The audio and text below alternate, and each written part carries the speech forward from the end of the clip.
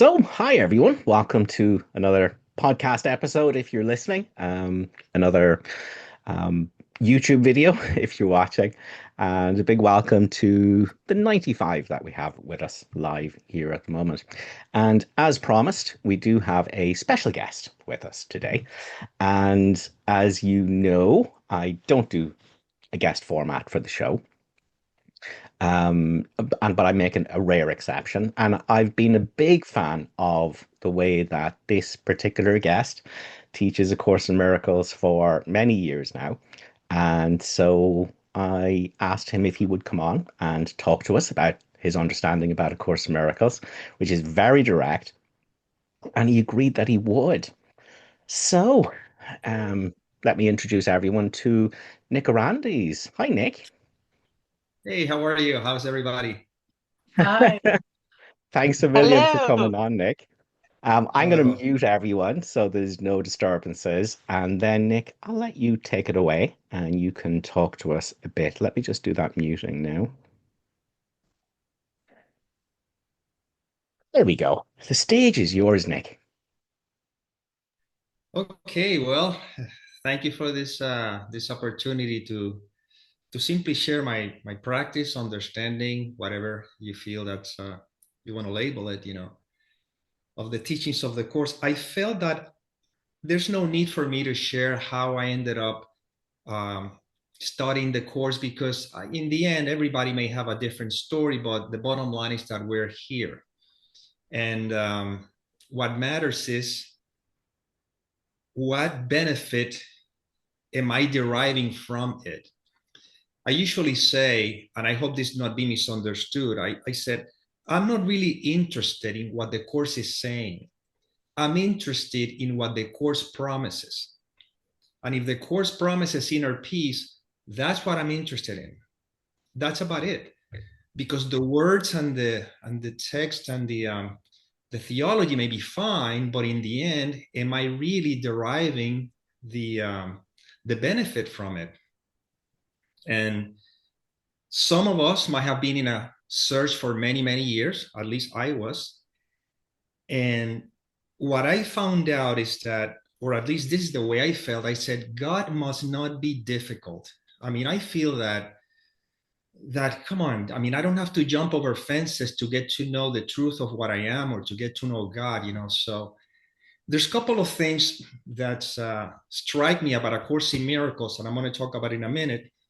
And it's that the course says that the course is simple. And I'm going to quote from the course when it says, the reason this course is simple is that truth is simple. Complexity is of the ego, and is nothing more than the ego's attempt to obscure the obvious.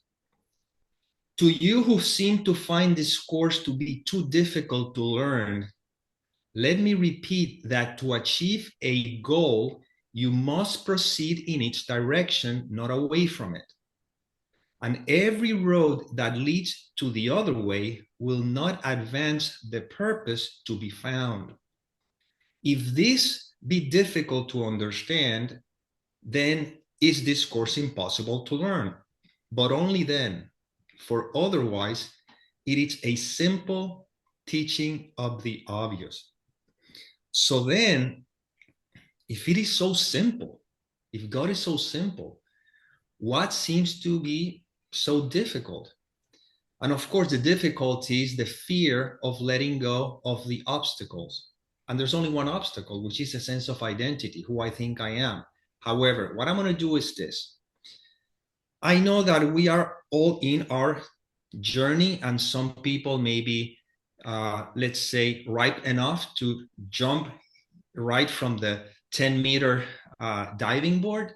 Some people may be at the 2-meter diving board. Some people are just kind of on the edge of the shore, and that's fine. That's understandable because in the end, if we are here, if somebody may not be ready for what I'm about to share, at least the seed has been planted. So what I'm going to do in the short period of time that we have together is that I'm going straight to the 10-meter diving board. So we're going straight into it. And what I'm going to do is I am going to ask a couple of questions to see, at least based on my understanding and my practice. And when I say my understanding, my practice, is just a way of saying, because in reality, it's not a personal thing, but this is what we appear to be. So I have to begin with that language and with that position. So I'm going to ask you a couple of questions, and you'll see where this is leading to. The first question that I'm going to ask you is, where are you? Now, notice that some of you may suggest that I am in my car, I am in my bedroom, I am in my house, I am in a location. Usually that is the first answer most people say, I am wherever I think that location is. Okay? But actually, the answer, which is the universal answer within this context in which we appear to be, is very simple. One single word: here. I'm here. If I ask you, where are you? The only answer that is always going to be true is here. And here is not a location, it's simply here. Okay? You cannot negate that. You cannot say I'm there, I'm not somewhere else. You say I am here. Okay? Now, how do you know that you are here? In spite of what the mind will try to conjure up, you know that you are here, not because you read about it in a book, not because somebody told you, not because you're thinking about it. It's immediate. You know that you're here. You simply know. That's simple. Okay? So where are you? I am here. How do I know that I'm here? Because that's what it is. Simple as that. Okay? Now, the second question is, who are you? But here's the catch. For this particular question, you're not allowed to listen to any thoughts. Simple as that. I ask you, who are you? You're not allowed to go to the mind to tell me who are you. Because if you go to the mind, if you go to the thoughts, you may say, in my case, you may say, I am Nick. I am a man. I'm from Puerto Rico. And in your case, you may say your name. Maybe you may say whatever you want to say to describe that what you think you are. But without the thought, who are you? And without the thought, the only answer that I can give, just like the previous one on the previous question, which is universal, which be, I am. You see? Where am I? I'm here. Who am I? I am. You cannot negate the fact that you are. That's a fact. You see? In the same way that I don't have to think, where am I? Because here, I don't have to think, who am I? Because I am. I know, you see? So then, this who am I without any thoughts, you cannot tell me what it is. See, you cannot tell me what you are. You cannot tell me who you are, but you cannot negate the fact that you are. You see? So technically speaking, what the course is pointing me to is to the fact that I am. And what I am is real. What I believe myself to be is a thought. Consequently, it's unreal.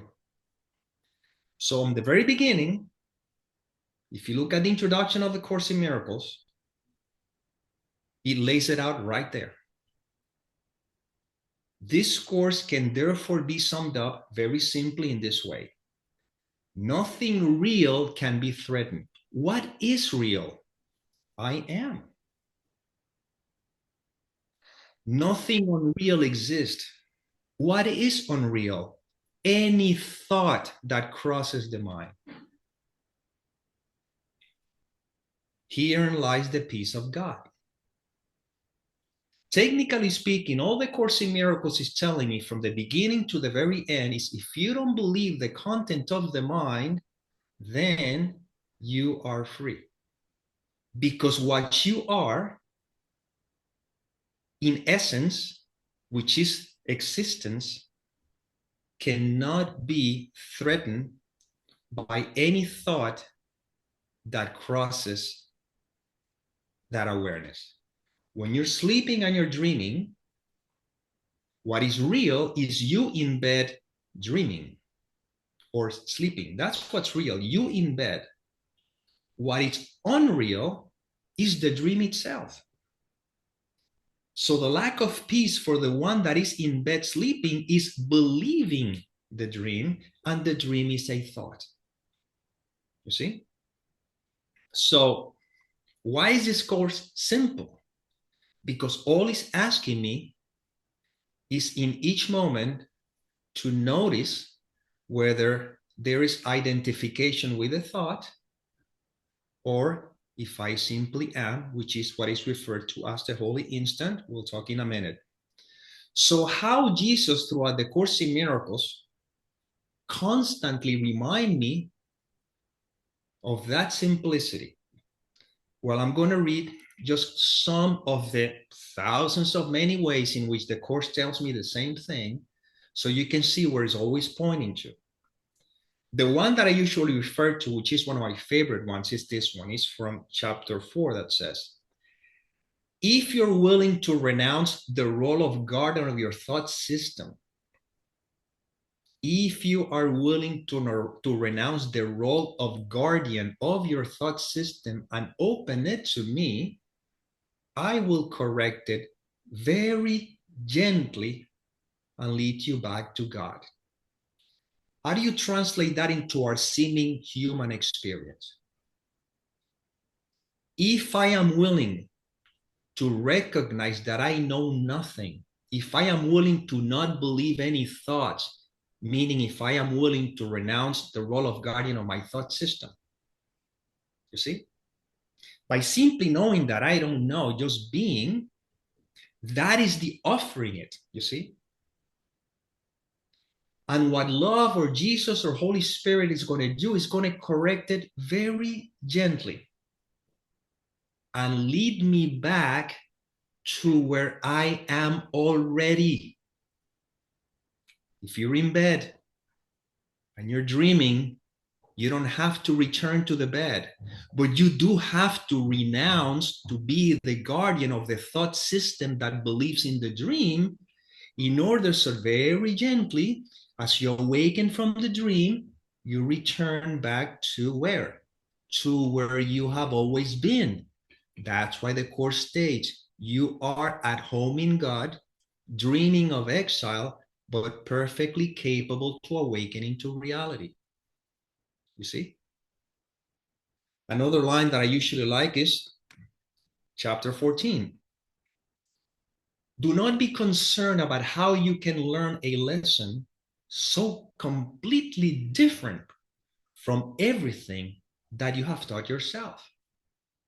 How would you know? Your part is very simple. You need only recognize that everything you learn, you do not want. Ask to be taught and do not use your experiences to confirm what you have learned. You see? When your peace is threatened or disturbed in any way, say to yourself, I do not know what anything, including this, means. And so I do not know how to respond to it. And I will not use my own past learning as the light to guide me now. By this refusal to attempt to teach yourself what you do not know, the guide whom God has given you will speak to you. He will take his rightful place in your awareness the instant you abandon it and offer it to him. See, same thing, just in different words. Need to recognize that everything you've learned you do not want. What is it? Anything that you have learned? A thought. Without the thought, all that there is what is, also known as the peace that surpasses all understanding. You want to hear the same thing in a different way. Okay, let's go to lesson 23. The idea for today introduces the thought that you are not trapped in the world you see because its cause can be changed. The world you see is the thought's interpretation. You see, that is the cause. So it says, this change requires first that the cause be identified and then let it go. What is the cause? The thought.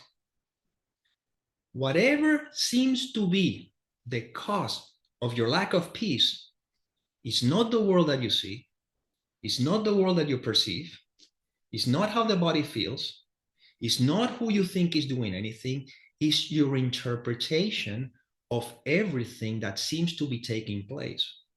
That is the cause. But what happens if you go back to the recognition that I am, you see? In the I am, as the lesson 23 says, identify then the growth so that it can be replaced. Well, how is it replaced? It's very simple. We can put it to the test right now, right this moment. We're going to do it. We're going to do it sporadically here so you can see that it's going to point to the same thing. Right now, I want you to imagine anything in your life that you consider it to be a problem. Anything, it doesn't matter. Just bring one simple thing. Because in the end, as the Course in Miracles says, every problem is solved in the same way and the same approach. If you're sleeping and you're dreaming you have a financial issue, or you have a relationship issue, or you have a career issue, or you have any issue, in the dream, it appears as if though the relationship issue has to be solved in one way, the financial issue has to resolve in another way, the career issue has to resolve in another way, and the millions of issues, each one have to resolve in each different way. And yet, all of them are resolved in one single way. How? Open your eyes. Every problem drops. But here, where we appear to be, let's go back to the exercise. Bring into your mind one single thing that you consider to be a problem in your life. It doesn't matter what it is. And I'm going to give you 10 seconds.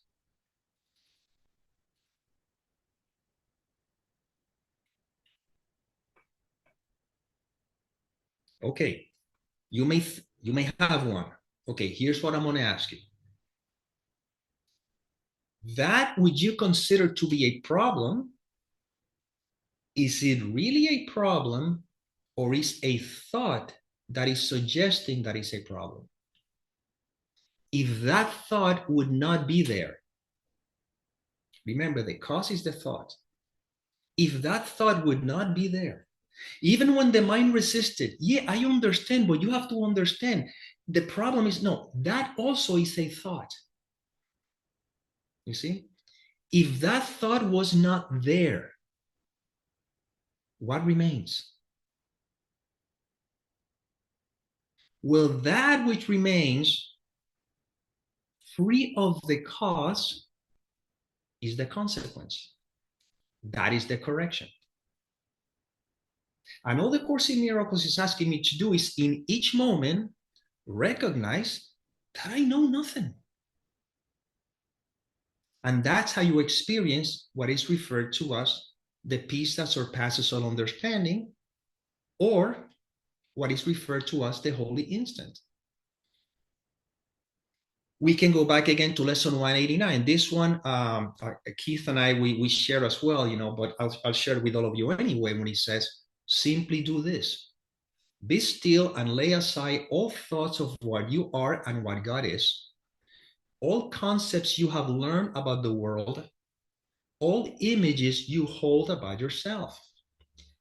Empty your mind of everything it thinks it's either true or false, or good or bad, of every thought it judges worthy, and all the ideas of which it is ashamed. Hold on to nothing. Do not bring with you one thought that passes thought, nor one belief you've ever learned before from anything. Forget this world, forget this course, and come with holy empty hands unto your God. You see? Still saying the same thing. If you don't believe the content of the mind, you're free. You see? Let's go back to lesson 28, or the definition of forgiveness, which is one that, again, I have seen a lot of confusion about that one.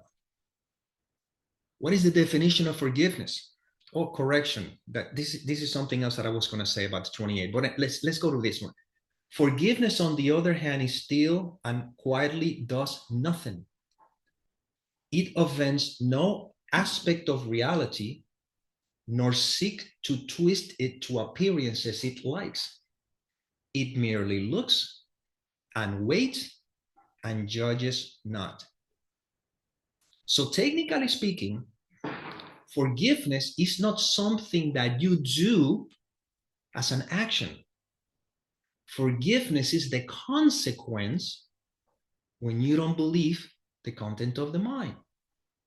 So if you, from the moment you wake up in the morning, you know that you know nothing, just open to what is. You see the thoughts passing by, but you remain as I am, you see, as the fact that you are living in a permanent state of forgiveness. You see? This one, Keith sent it to me, and I love this, so I'm going to include it over here. He says, that's from lesson 30 or chapter 31. Salvation can be seen as nothing more than the escape from concepts. What are concepts? Thoughts. You see? Salvation can be seen as nothing more than the escape from concepts. It does not concern itself with the content of the mind, but with the simple statement that it thinks. You see?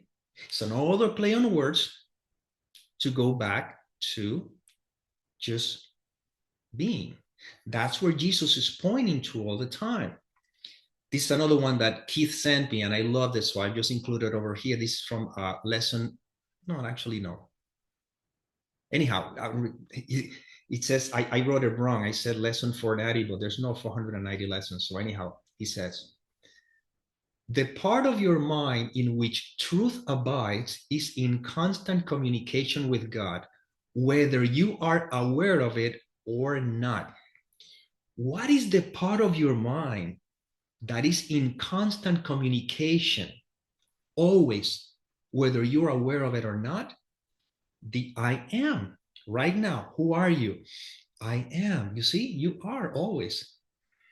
What happens is that it is the other part of your mind that functions in the world and obeys the world's law. What is that other part of the mind that seems to be the obstacle to the simplicity of the fact that I am? Every thought you have about who you think you are, what you think life is, and everything else you can possibly think of. You see? So right now, even if you're believing the content of the mind, the fact that you are, the fact that I am still remains. If you're sleeping and you're dreaming, even if you're dreaming whatever you're dreaming, the fact is that you still remain in bed. Always. That never changes. Well, that's where the Course in Miracles is pointing always constantly. You see? So the simplicity of this is that Jesus or Holy Spirit is basically saying, this course is very simple. All I'm asking you is not to believe anything you think you know. I'll take care of the correction, because in reality, there's nothing to correct. You are already perfect, whole, and complete, not as a human being, though. As a human being, you think you're a separate entity. But as the truth of who you are, you're already perfect, whole, and complete. The question is that what you really want? And now we're going to have a little fun here, because I'm going to ask a couple of questions. And again, and we need to be honest with ourselves here.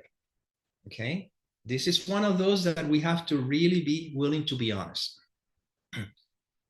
There's only a few that I can see on the screen, and that's fine, but I mean, you can play along with me.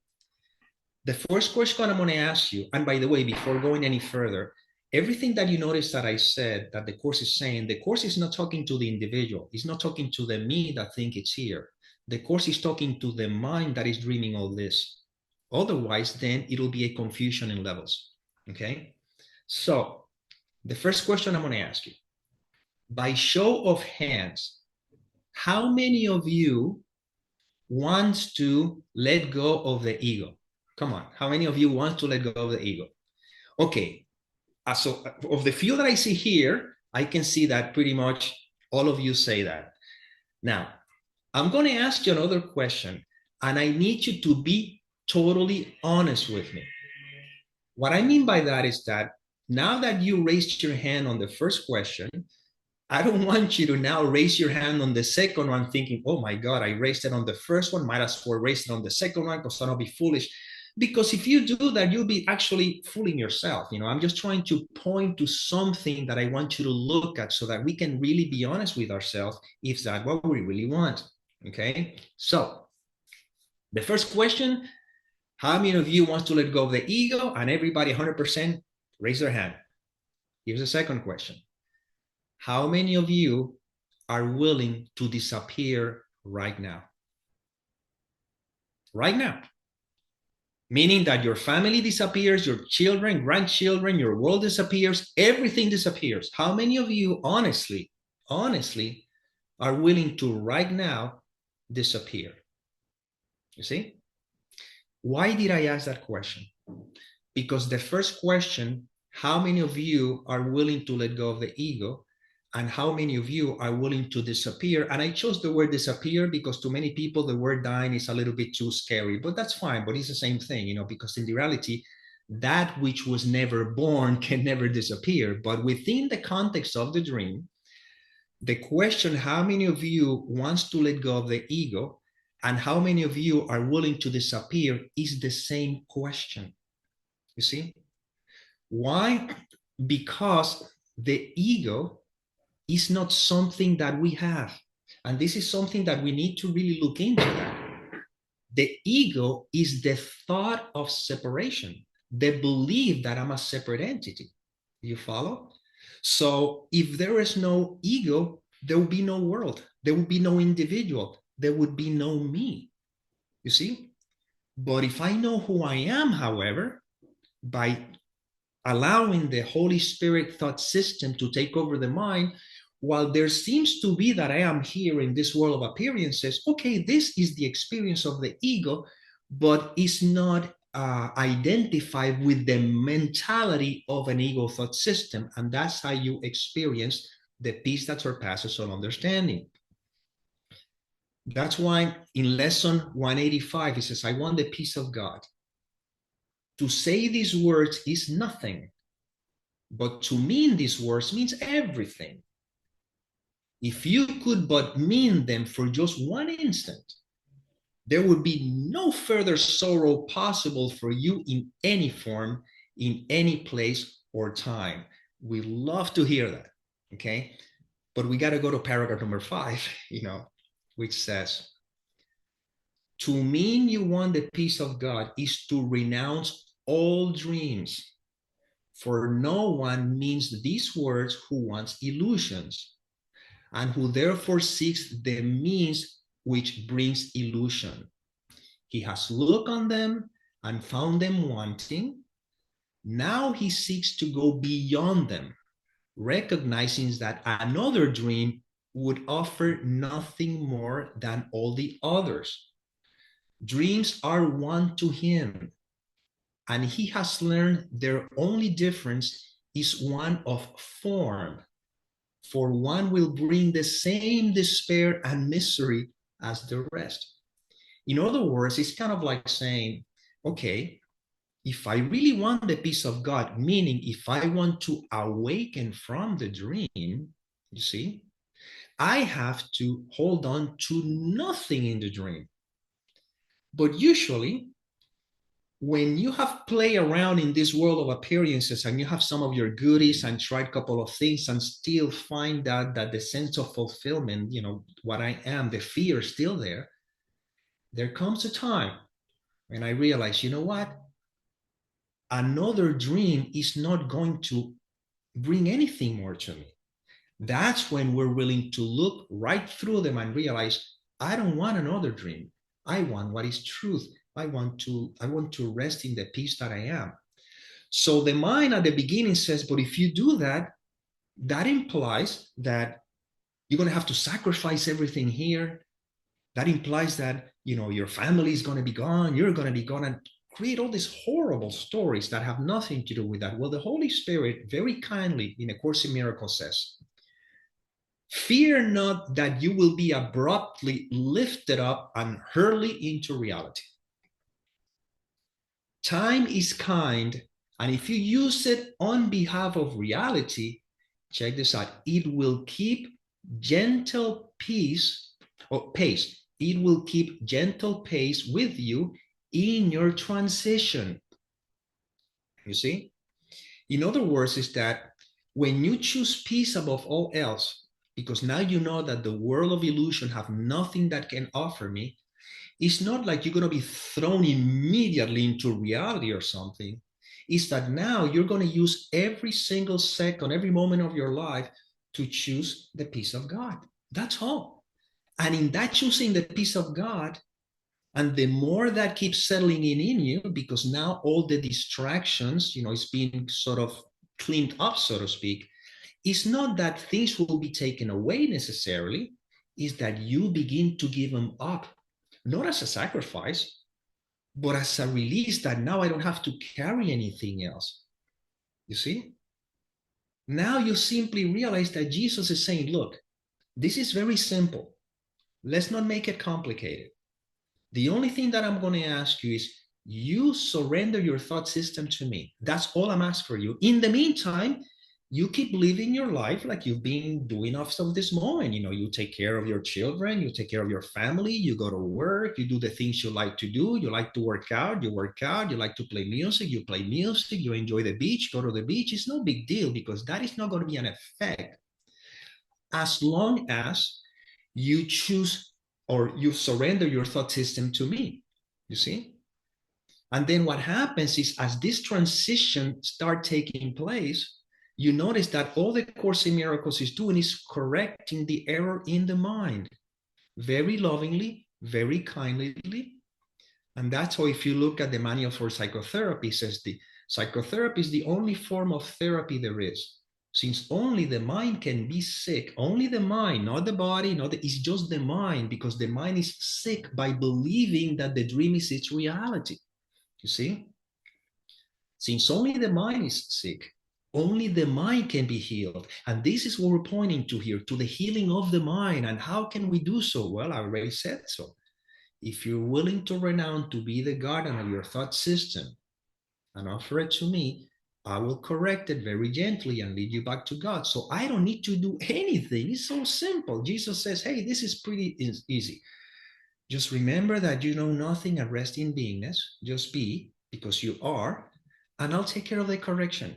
Because the more we begin to bathe in the peace, in the real peace of God, no matter what may be happening in the world of appearances, because the thoughts are no longer a distraction, the more you relax into that, the more life takes care of life. And you see how, God, love, well, Holy Spirit, because God is not even aware of this dream, according to the Course's teachings, of course. but the Holy Spirit is simply taking care of all the heavy lifting while we simply keep just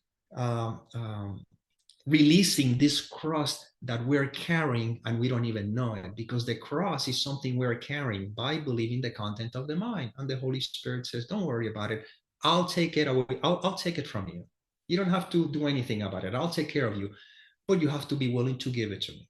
You see? So he says, continue, only the mind is in need of healing. This does not appear to be the case, for the manifestations of this world seem real indeed. Psychotherapy is necessary so that an individual can begin to question their reality. So you see, so the way we begin to question our reality is by beginning to resting in the fact that I am, and then notice that every single aspect of this whole projection, if I do not let the thought do the interpretation, then life simply is. And I rest in that peace that I am. And that is very practical, and that can be experienced all the time. The Course in Miracles is not something esoteric. It's not something that is going to ask you to do something special or anything. All it's asking you is right now, what do you really want? And if you truly want the peace of God, God says, great, you already are it. You don't have to look for it. It has been overlooked. That's it. That's it. It has been overlooked.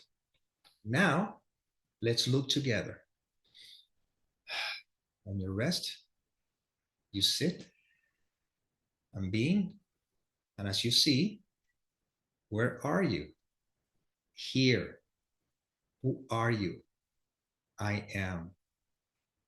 And that's why in the Course in Miracles, it says, the miracle comes quietly into the mind that stops an instant and it is still.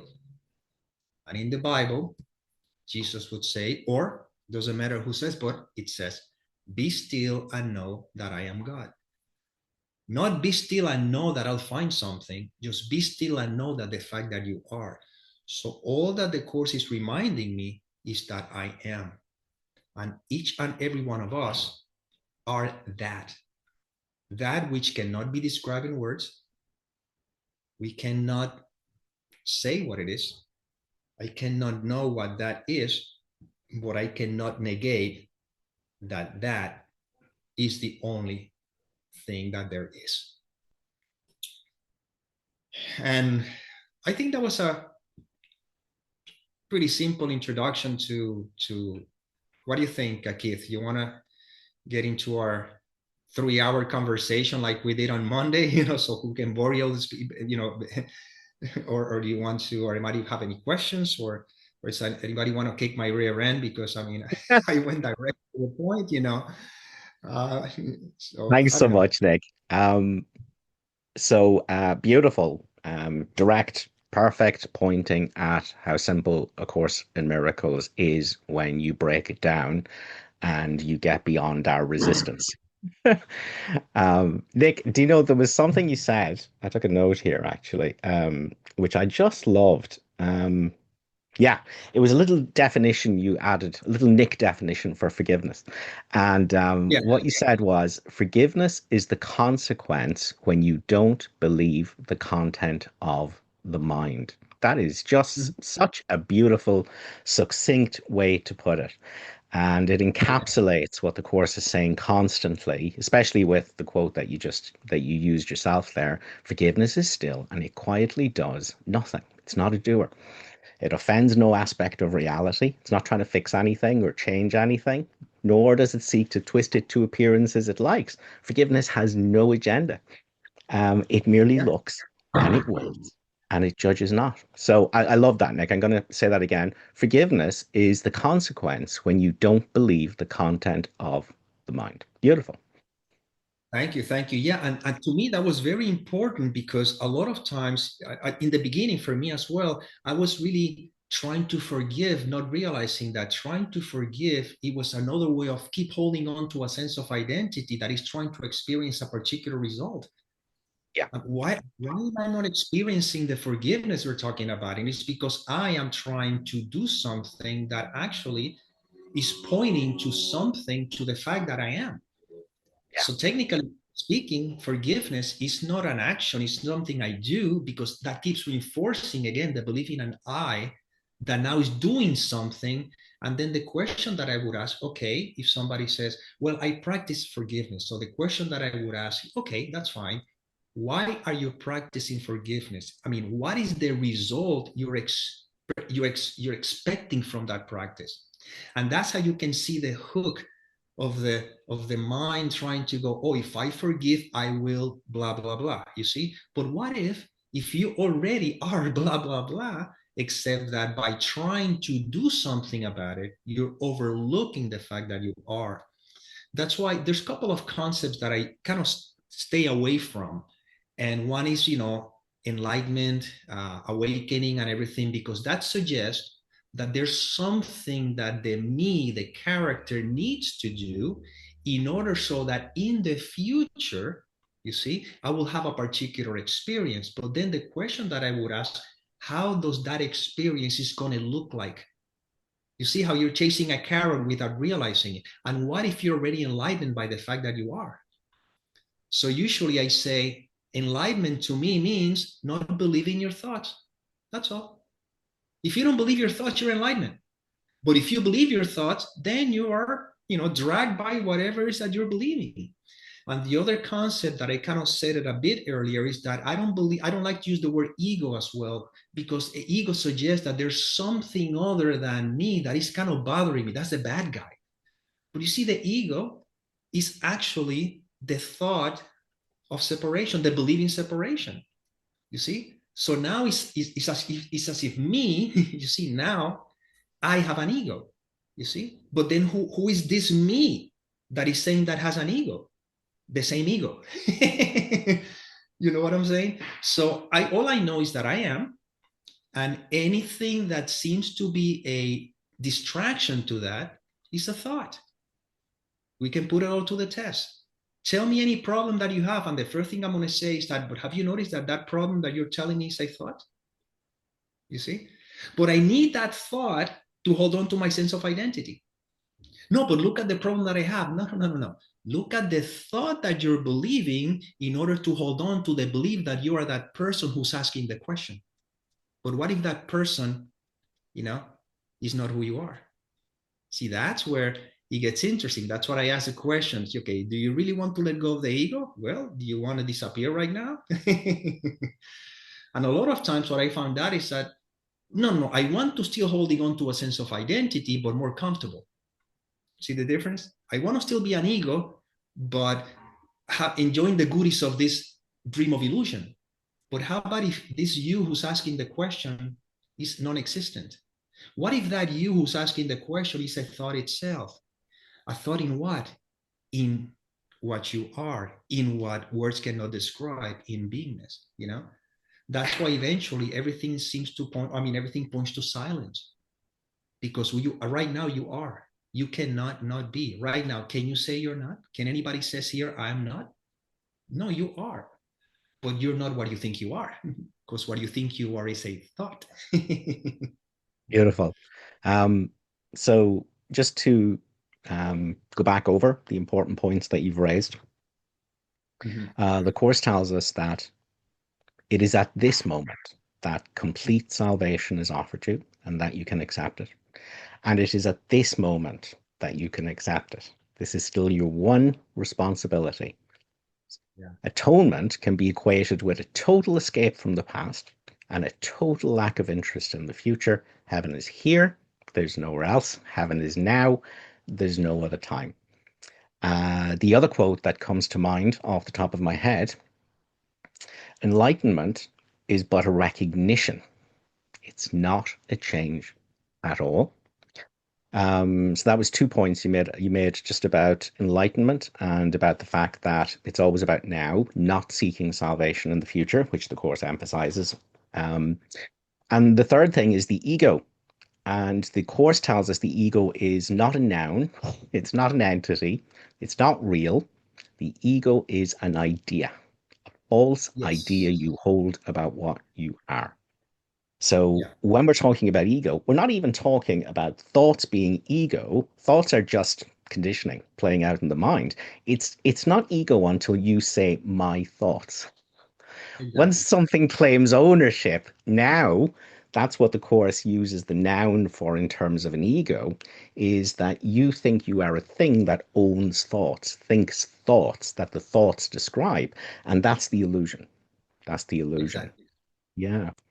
Beautiful, Nick. Let me see. There was some other things you said. Yeah, you talked about being willing to disappear and to renounce all dreams. And let me change my lighting here. It's a little bit better.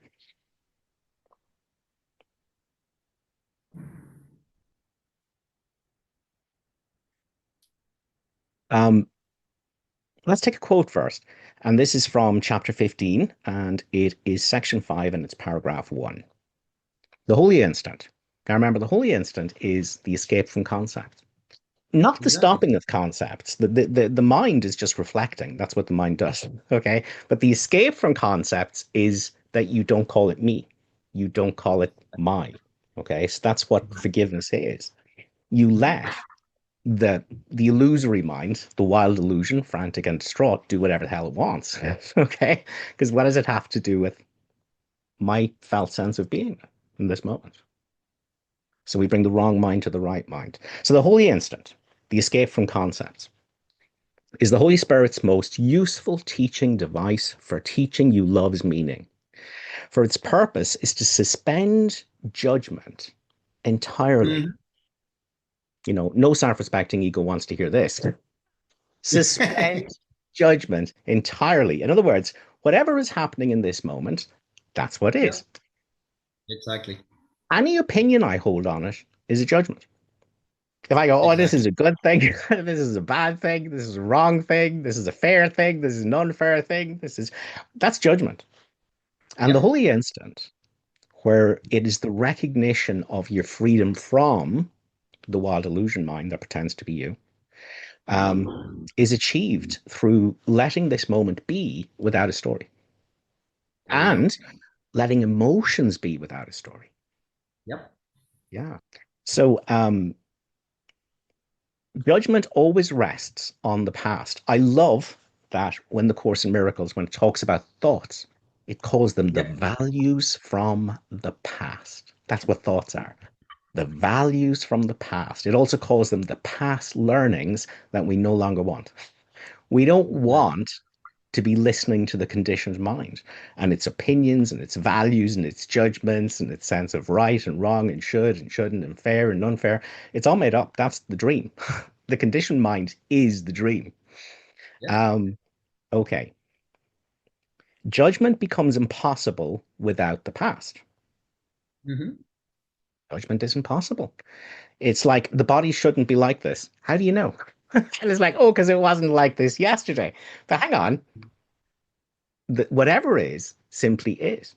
And unless you access the values from the past, unless you value thinking, you think that you'll get some mileage out of it, which we never do, um, then the body is just what is. The That's decision that it. goes, it should or it shouldn't, or it's sick or it's healthy or it's right or it's wrong, or that's based on keeping the values from the past. That's based on valuing thinking. Exactly. Um, so I'm just going to finish out this. You would make no effort to judge because it will be quite apparent that you do not understand what anything means. I only think I know Exactly. what things mean because of the values from the past. I have decided I liked that bit, I didn't like that bit, and now I'm vomiting that interpretation onto what is as if the past is here now. Yeah. And when Um, there's a go ahead. go ahead, Nick. Yeah.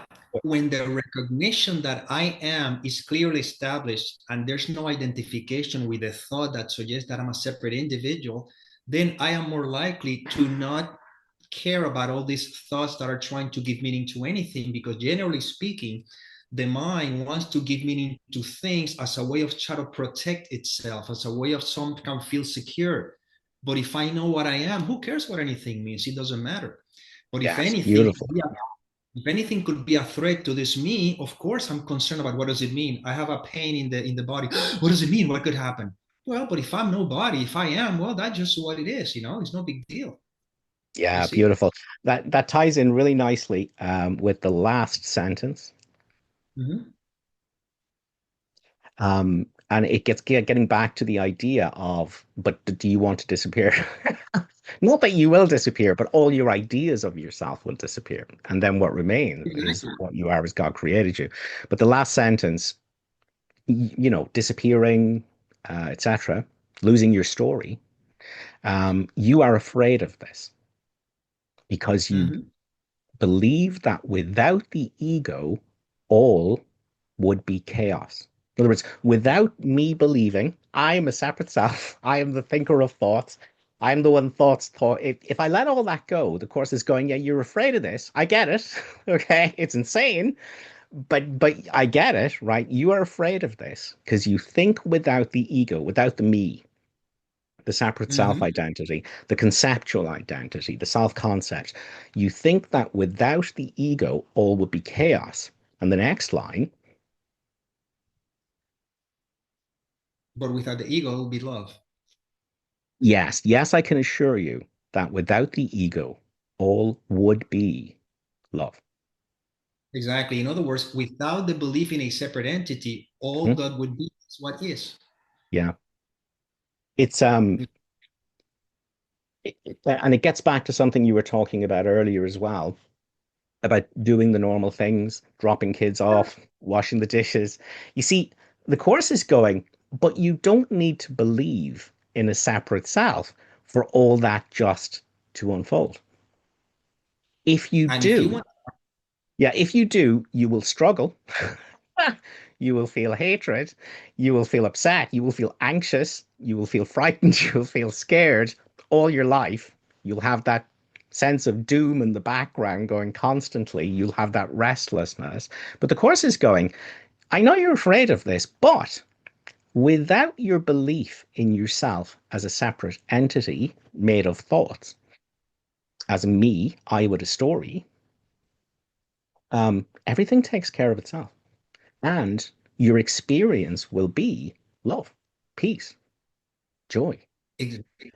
Yeah. and you know something interesting, I usually say this because when I say you live your normal life as if you had that choice. You're gonna Yeah. live the life that you're supposed to live anyway. Yeah. You see, this is the funny thing, it's kind of strange how with the language things can be a little confused sometimes. But even when I say, you know what, you're going to do whatever you're going to do anyway, but in reality you're going to do whatever you're going to do anyway. The question is that whatever is that you are doing, or should I say whatever is being done through you, because you're not the one doing it, it's just what happens, if it's done with the Holy Spirit thought system, meaning not believing the content of the mind, you're doing it at peace. But if you are doing that which you're going to do anyway, believing the content of the mind, you suffer. But it's going to be done anyway because the script is already written, you know? So this is kind of strange. The ego, the mind is petrified to hear the script is written. Are you telling me that I don't have free will? No, what I'm saying is that if you had free will, you would be sleeping and in hell for the rest of your life. Thank God that there's a will that is actually guiding this seeming dream back to truth. You see, the prodigal son does not have the free will to stay astray for the rest of his life, even though it appears that way, because his destiny is to remain, is to return back to the father. Because in reality, there's no father and no son; there's only one. But the analogy suggests that if you believe you can go on your own, be my guest, but in the end, you're coming back because you and I are one and the same. That's why I love when Jesus says, if you want to be like me, I will teach you, knowing that you and I are the same. If you want to be different, I will wait until you change your mind. And there's another line in the course that says, tolerance for pain may be high, but it's not without limit. Sooner or later comes the time when you begin to ask, there's got to be a better way. So technically, these are kind of like little hints that are saying, You can make believe that you can separate yourself from yourself, but in the end, you cannot support what it's like to feel separate from wholeness. And you are wholeness. So, yes or yes, whether you believe in the dream of separation or not, you're destined to remember that you are whole and complete. The question is either how long will it take for you to continue believing that you're the separate entity? Not a big deal. It's irrelevant.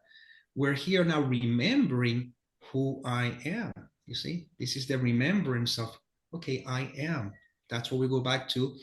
I am. And it's only again within the illusion, for example, within the appearance, it seems as though it may take some time. And that's what I said at the beginning of the talk, that I'm aware that within the context of the dream, some may still have to experience certain things before they're willing to jump from the 10-meter diving board. But we're jumping from this diving board, yes or yes, because you can never not be what you already are, and you're perfect, whole, and complete. You know? Yeah, beautiful. Um, there was something else, and that what you've just said ties into it. And it's about silence is ultimately the answer. Yeah. And silence is the great destroyer. So Oh yes. silence absolutely destroys all of your illusions, every single one of them. So when you when the mind stops or the mind is completely disbelieved, completely allowed to do whatever it wants, but not Yes. believed, okay, Exactly. then what is the world when you're not projecting thoughts onto it? What is the world when you are silent? What is the Yeah. world? What is the body when there's no thoughts about it? And what am I when a thought There you go. can't touch it? So, this is the beautiful thing about silence. Silence is the great destroyer of all illusions. So, if you have a problem, then to understand what is an illusion, you simply fall silent or you simply disbelieve all thoughts. Now, don't fight them for the love of God. It makes them come stronger, but you go, they're Yes. just thoughts. But what is here when I let all things be exactly as they are? What is the silence that's here that's not reacting to thoughts? That's not reacting to emotions? What is the silence that's here? And that silence is the illusion destroyer. That's the acid test. What is the direct experience of reality in this moment if I don't go to the wild illusion mind to spin me a dream? Silence Exactly. wipes out every single dream. Every dream is wiped out. Every illusion of yourself, every illusion of the world, every illusion of problems. Silence wipes all of it out because all it is thoughts. I can be hurt by Exactly. nothing but my thoughts. And that's why Exactly. you want to say something on that, Nick? I'm going to dig out another quote from the course. Okay, while you're digging that out, one thing that I usually remind people is that silence is not the absence of noise, is the absence of judgment. Because Beautiful. the judgment is the one that gives power to the thought, to the noise.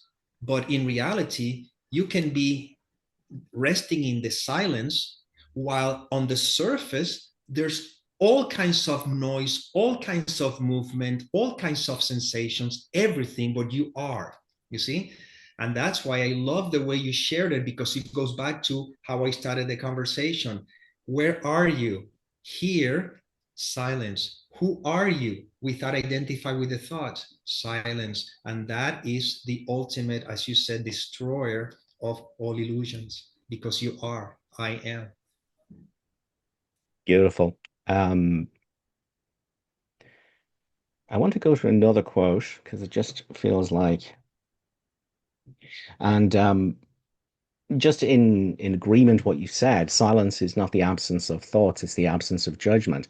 And that means the absence of judgment of thoughts. So it's not about fighting or getting rid of or shouting down or trying to get rid of thoughts, but rather not reacting to thoughts, not even And having the thought. I shouldn't have thoughts. That's another thought. And that's the silence. Exactly. Yeah. Exactly. Yeah. I found something very interesting is that when there's a recognition that I am, and there's no longer the fear of the disappearance of this seeming me, whatever you want to call it, then thoughts are like Nisargadatta Maharaj used to say, the difference between you and I is not that I don't see the parade of thoughts, feelings, and sensations. I see them just as you. The difference is that I see them as a passing show, and you go with the show. You see? So when I rest in the fact that I am, yeah, sounds, thoughts, feelings. What's the worst it could? What is the worst that it could happen to me? And you see the thread, which is a thought.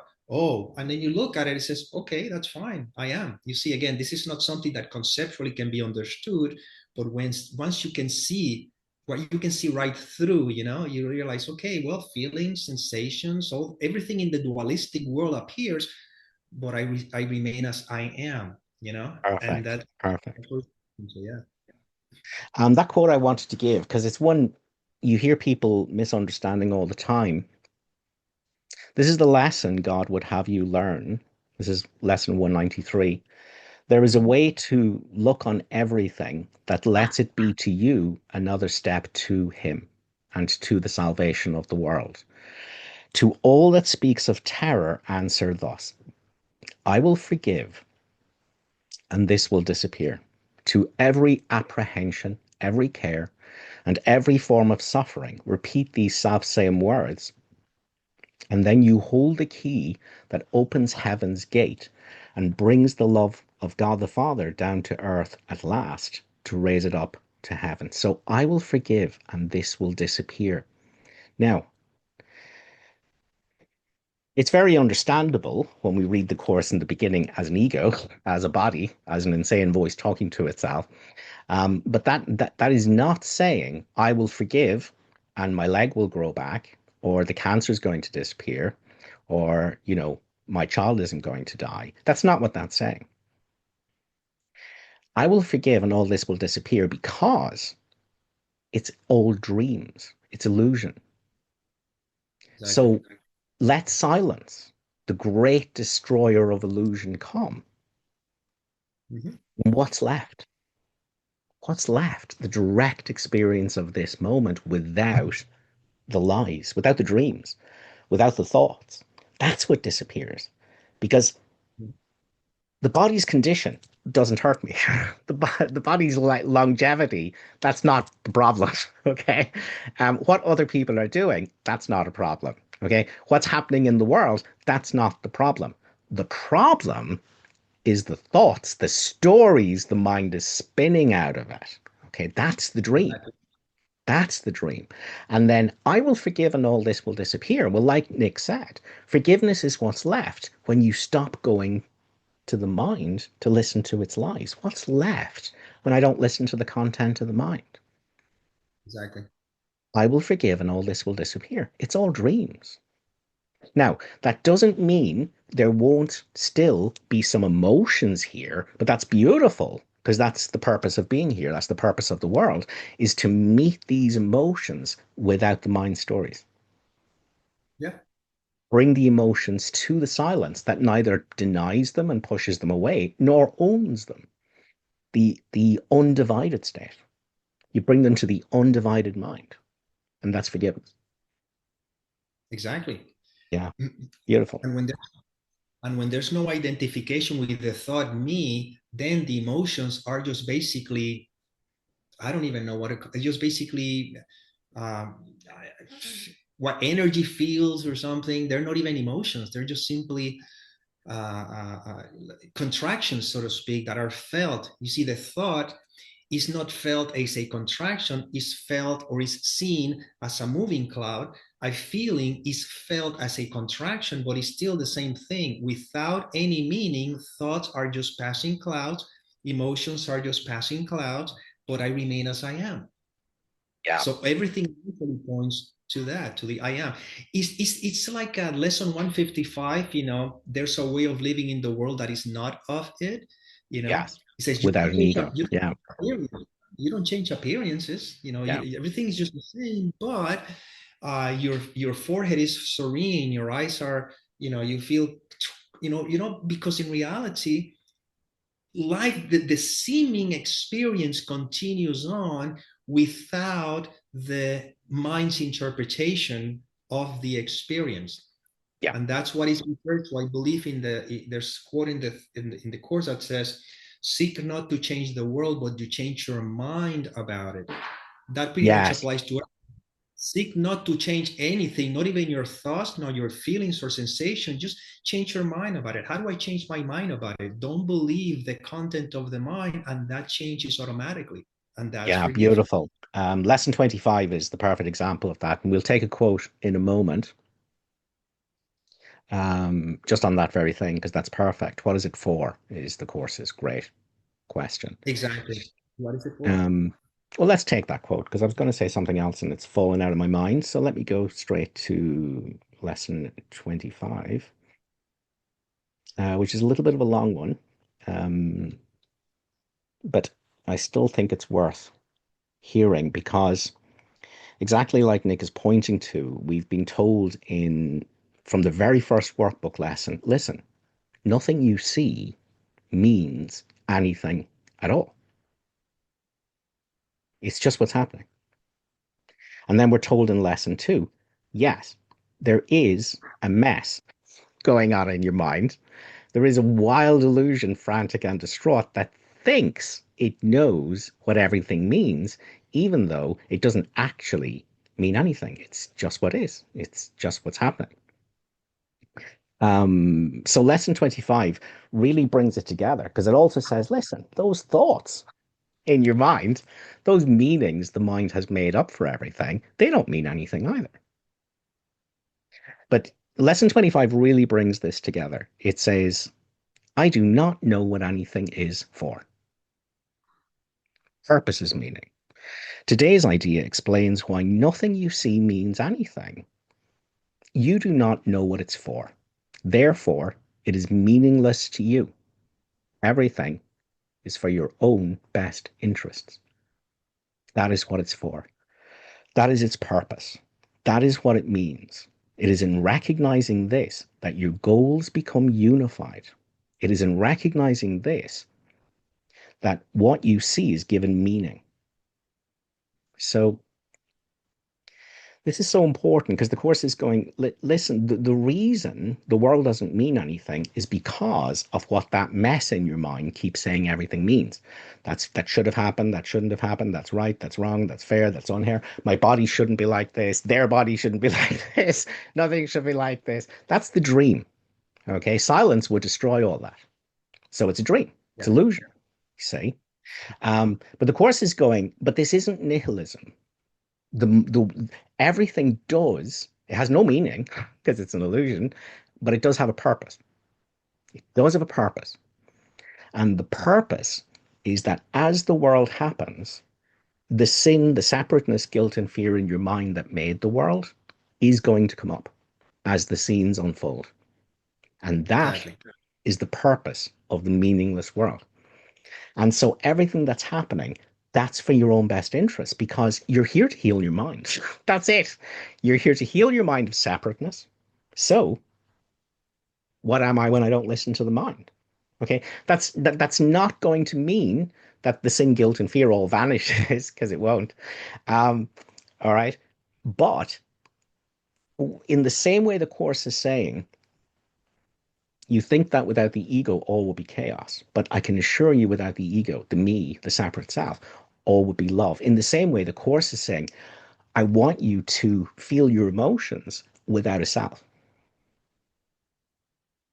Okay, I want you to feel your emotions. I want you to meet your emotions without the story of the me that's angry, the story of the me that's sad, the story of the circumstances that are responsible for the sadness, which is projection, and it's not true, and the story that the sadness is bad, that I need to fight it and turn it into something else and change it into happiness and hope. No, no, that's not forgiveness. That's judgment.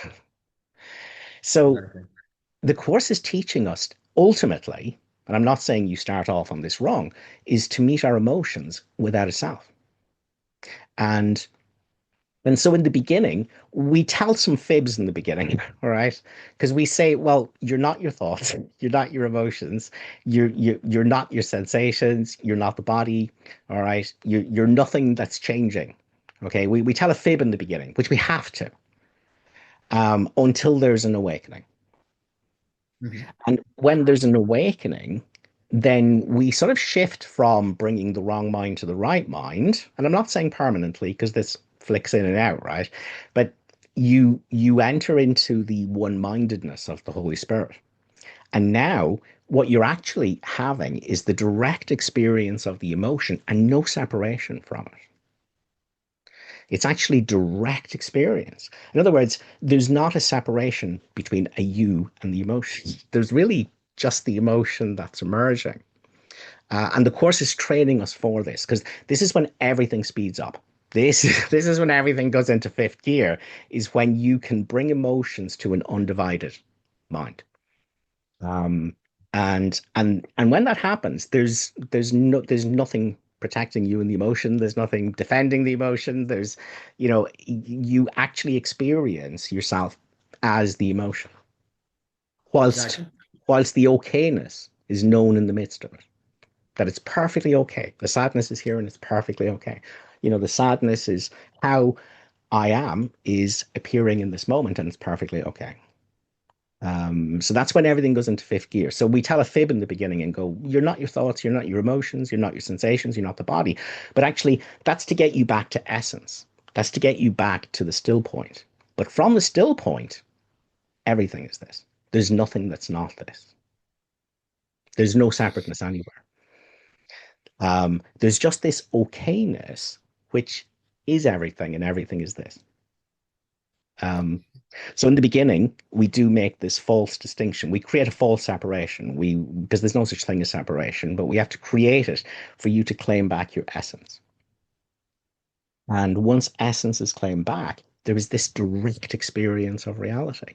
In other words, there's not a me, there's not a self, there's nobody here that's interpreting it and, seeking and resisting and grasping and grievances and desire and that's what falls away. And there's just a direct experience of reality. And that is beautiful. But we got to practice. We've got to, you know, purpose is meaning. That means everything that's happening in your life, although it has no meaning, it does have a very holy purpose, which is the healing of your mind and the awakening to the truth of what you are. And that means that everything that's happening, that's very important because it's showing me emotions that are up next. The emotions associated with a belief in separateness, guilt, unresolved traumas from the past, which are coming up to try and project onto the present moment. All of that is allowed to rise and be healed if I keep exiting identification with the mind. If I keep it, that's all I do, which is what Nick was talking about. The whole way through his talk was you have to disidentify from the mind. In other words, the mind is an appearance of what you are, because what you are is what's appearing as everything, all right? But it's not identity. Yeah. So the modeling clay is what's appearing as the modeling clay people and the modeling clay street and the modeling clay houses.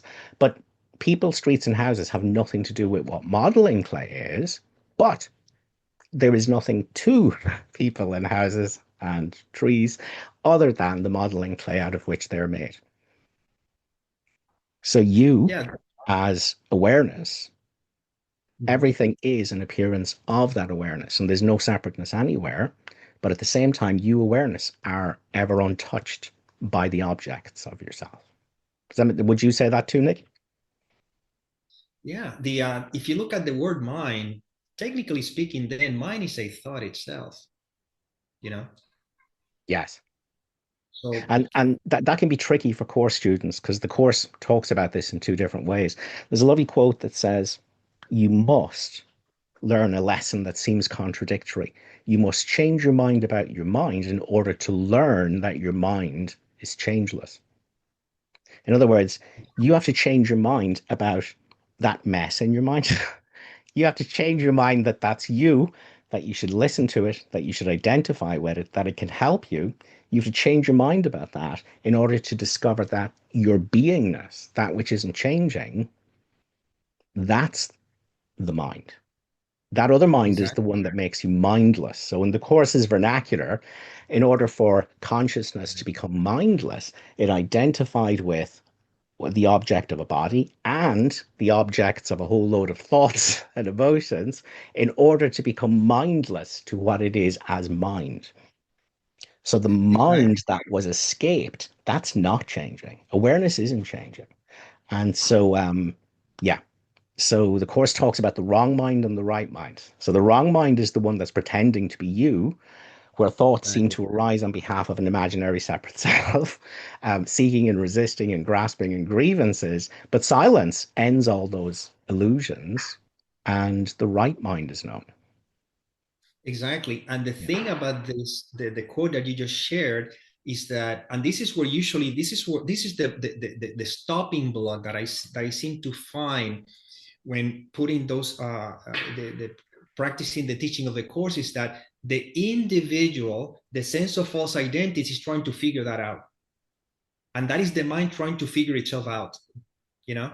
That's why always remember, the Course is not talking to the individual to try to understand necessarily. The Course is talking to the mind that is supposedly fabricating even this individual. And that's why when we point back to the I am, all that riddle kind of solve on its own without realizing. At the beginning, it seems as though I need to understand intellectually to a certain extent, but then there's a point when you realize, you know what, words are not going to help you here, because we're pointing to something that is beyond you.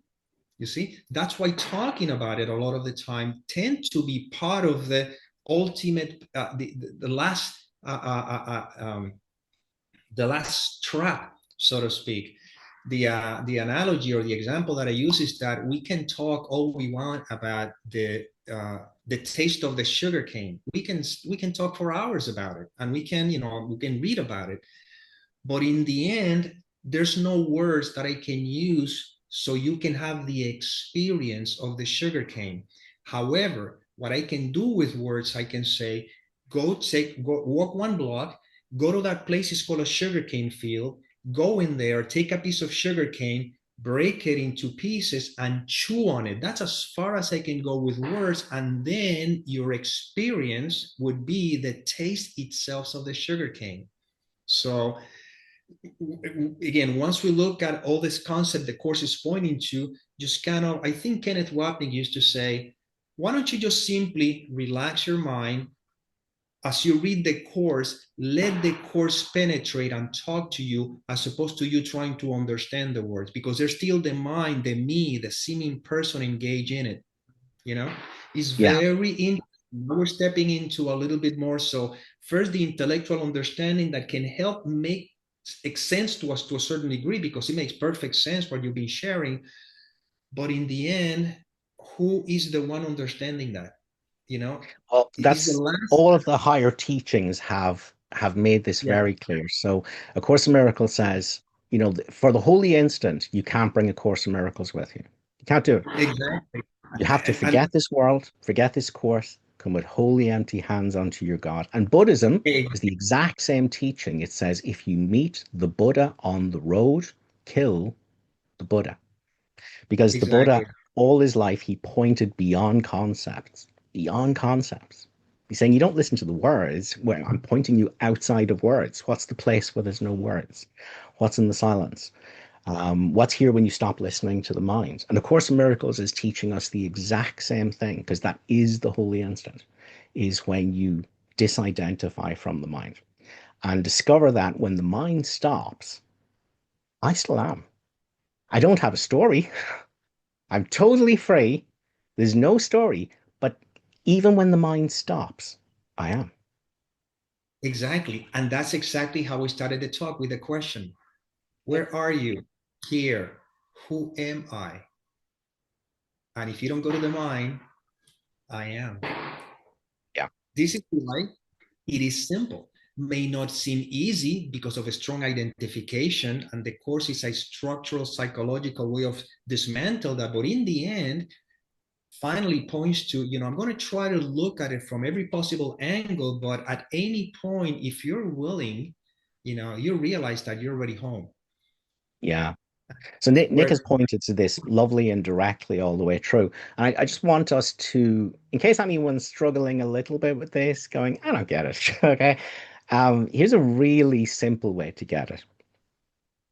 Um, Now, in the beginning, your mind's going to sabotage this after 1 or 2 seconds. That's fine. You just have to become better at catching thoughts instead of believing them and going unconscious in them and owning them. But yeah, if I was to tell you in this moment that if you are very quiet and listen very carefully and attentively, you can hear a stream flowing in the distance. So in this moment, listen for 5 seconds. See if you can hear a stream.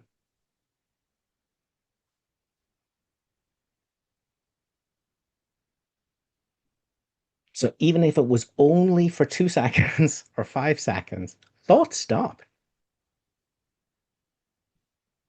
Thoughts stopped.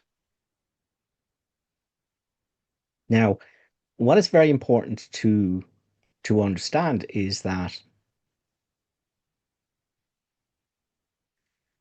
again, this is very hard to talk about. Um, well, it's that's a few tricky. It's tricky. seconds. It is. That's a few seconds. But when you cross a bridge, and there is a bridge that gets crossed, and when you cross that bridge, that silence that was there, and it's not silence. Silence is a portal. It's when the mind is silent, reality can reveal itself. It's not silence, but it's revealed through silence, and it's oneness. Um, so what I would say is, and this is an ongoing process. We are being taught to live from the quiet center, the stately calm, to live from and not get involved in thoughts. Which again doesn't mean there's not going to be thoughts. It means you're not getting involved in them. You're like, oh, thoughts, but that doesn't mean anything. What about the silence? What about I am? Um, the course is about living from there, ultimately. And it Living doesn't what? mean anyone. The course is about living from here rather than from dreams. Yeah. Yeah. There's one thing interesting, and what you pointed out was very beautiful, is that also, if I were to ask you to listen to the stream for 5 seconds, it seems as though the attention is to try to find if I can hear that stream for 5 seconds. So there's still an attention that allows for to experience the possibility that there is a quietness underneath it all, you Yes, know? beautiful. Yes, that's the purpose of that. Yeah, Yes, because we're not because going to spend because all our day going around trying to hear streams. because what happens is, and I'm glad that you point that out, because that's a beautiful, beautiful way of what happened is the mind eventually turned that into some kind of a, without realizing it, okay, so what I'm going to do is I'm going to try to see if I can see that stream, so that I can no longer have thoughts. But then when you're no longer hearing the stream and you go back to the thoughts, then the mind try to turn into an exercise of controlling the thoughts. Yeah, I don't know no. if I, something I with you. love that exercise. It's actually it's not mine. It's Eckhart Tolle's, and he's quoting his Zen master, and it's not saying you go around all day trying to listen to a stream. But what I will say is from the course's vernacular, the course talks about the part of your mind that's listening to the voice for God is the only part there is. So that means I'm not listening to the mind. I'm here listening to the silence that's here when I don't react to the mind, when I don't Well, entertain thoughts about what the mind is doing. Then what's actually what I'm listening to is the silence. yeah, and right now you are the silence. Yeah. And that's So what's actually, discovered. Yeah. that's what That's it's. that's the astounding thing. So right now we can do this. We can put it to the test right now. We can do an exercise right now. In spite of all the sounds that are might be taking place around you, in spite of all the noise or anything like that, can you say that you're not? And you say, well, the fact is I am.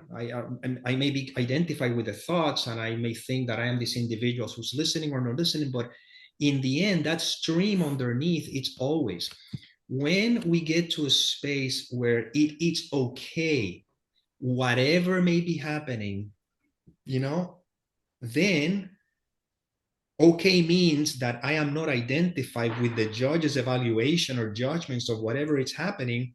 I am that stream, even in the middle of ACDC concert. You know what I'm saying?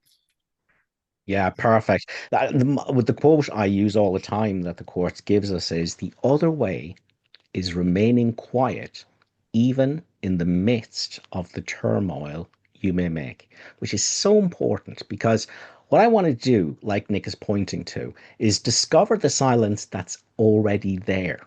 I'm not trying to create silence. That's not going to work. People tend to do that in meditation. I want to discover the silence that's already here. That's what's very important. The silence that's never absence. The silence in which all the noise arises and into which it disturbs, into which it melts. And that silence is never not here. And Actually, so the Course is saying the other way is remaining quiet. In other words, yes, the mind is ranting and raving. That's what it does, right? Emotions are coming up and they're coming up to be seen and met without a story and healed. And but what is the silence that's here when I'm not adding to the noise? When I'm not making thoughts about the thoughts the mind is doing? What is here when I let all things be exactly as they are? And what we discover is the silence that's never absent. Remember, enlightenment is but a recognition, not a change at yeah, all. I want to find the silence, and Nick called it the stream that's never absent, the substrate of experience is this stillness. And what I can't do is discover stillness by making waves, by fighting with the mind. I'll never find stillness that way. I'll never have silence by shouting at thoughts that they shouldn't be there and that I shouldn't be listening to them. All right. The it's, only way to discover the silent stillness that's never absent is to not do anything about the thoughts and the feelings and the sensation. yeah. And even when someone may be practicing meditation, for example, if we're not really paying attention, the meditation itself can turn into another identity. Now I am a meditator, you know? So it's Yeah. very interesting, that's why there's nothing to do. Once the Yes. recognition is clearly established, there's nothing to do. There's nothing right now. The stream is happening right now. Right now, it's happening as we're talking because we are the stream, you see? Perfect. I think just to qualify that for anyone listening, when we say there's nothing to do, we're pointing to what we're saying is that it's not that the ego is seeking something other than this moment and fighting this moment, resisting this moment, wanting a different moment. It's not that the ego does that. That's what ego is. Yeah. There's nothing else to ego apart from that. Um, so So what we're saying is that the miracle comes quietly into the mind that stops an instant and is still. That's what Nick is saying. He's saying it's not a doing. I need do nothing. So this is what's being pointed to. Now it's very important to say that when you stop, what you're going to encounter is restlessness and thoughts and judgments, and they're not going to stop, right? But the course is saying, but I don't want you to stop them. I want you to be the stillness in the midst of the turmoil. I want you to bring all of that activity to what will not judge it, an Exactly. undivided mind, that which is allowing all things to be exactly as they are. So what that promises you is that you will feel a sense of okayness in the midst of the sadness. You will feel a sense of okayness in the midst of the fear. You will feel a sense of okayness in the midst of the grief. That's all that's being promised. Yeah. So what we're not saying is, oh, I just stop and everything's rosy, because actually I just stop and that pops the cork on everything that needs healing in our mind, which is going to rise to the surface. And my only job is to not be tempted to do something about it. My only job is to not start pushing and pulling and seeking and resisting and trying to change one set of thoughts for a new set of thoughts and trying to change one emotion into another emotion. Because that's the one thing the course is saying, listen, you spent your whole life doing that. That doesn't work. That's not going to get you anywhere. But what have you stopped? What could frighten me in this moment if my argument with everything stops? If the seeking and the resisting and the grasping, and remember, it's at this moment complete salvation is offered you. It's by stopping what we've done all our life, which is the fixing and the changing and the trying to understand and the working and the fighting. And it's all that. But what if that just stopped? What is the Yeah. stillness in the midst of the turmoil? And your job is just to know yourself as the stillness in the midst of the turmoil. The turmoil is none of your business. That will get taken care of all by itself if it's brought to the stillness. Oh, absolutely. That's beautiful. And one thing that I always like to point out is that in the end, we have to go back to who am I? Because a lot of times this sort of this sort of understanding, it's wonderful when we're going through a tumultuous, when change things are seem to be challenging, right? But I always say that, yeah, but then if you find something in the world that you like, then you forget about all this stuff and you go back again with the identity that at once that whatever that world has to, and it's actually the undoing is of the whole thing. The undoing is that, am I willing to, like I was asking before, how many wants to let go of the ego, how many wants to disappear? Am I willing to really disappear completely? And the disappearance is just simply, again, when I know who I am, it's not about me, the person is going to disappear. It's that now, whether I'm thrown a cookie or I am thrown I don't know, a pickle or something, it doesn't matter anymore. Whether it's the quote unquote good or the not so good, it doesn't matter anymore because I am resting in the fact that I am. And yes, the human experience will unfold as it will. There's going to be experiences that is going to be pleasurable and you can enjoy them, and there'll be experiences that are not going to be pleasurable and they don't have to be necessarily be enjoyed, but there's no judgment about either or because I am. And that Perfect. in the end is where I always try to keep pointing to, Yeah. so you realize that it's just being, and then That's life unfolds. that's why the course says pleasure and pain are equally illusory. So Exactly. this is a dream of duality. It's the dream of birth and death. It's the dream of pleasure and pain. And pleasure and pain are just going to swing. And they're going to constantly swing as long as there's a body. There's going to be pleasure Exactly. and pain. That's not going to end, right? But that's not the cause of suffering. The cause of No. suffering is the belief that I should be having a different experience in this moment rather than the one that's here. And that's because the insane voice talking to itself is telling me that. The values from the past are telling me that. And what the course is teaching is, listen, the end of suffering is when the present circumstances and experience and emotions are allowed to be exactly as they are. Now there's no suffering. Now there's no suffering.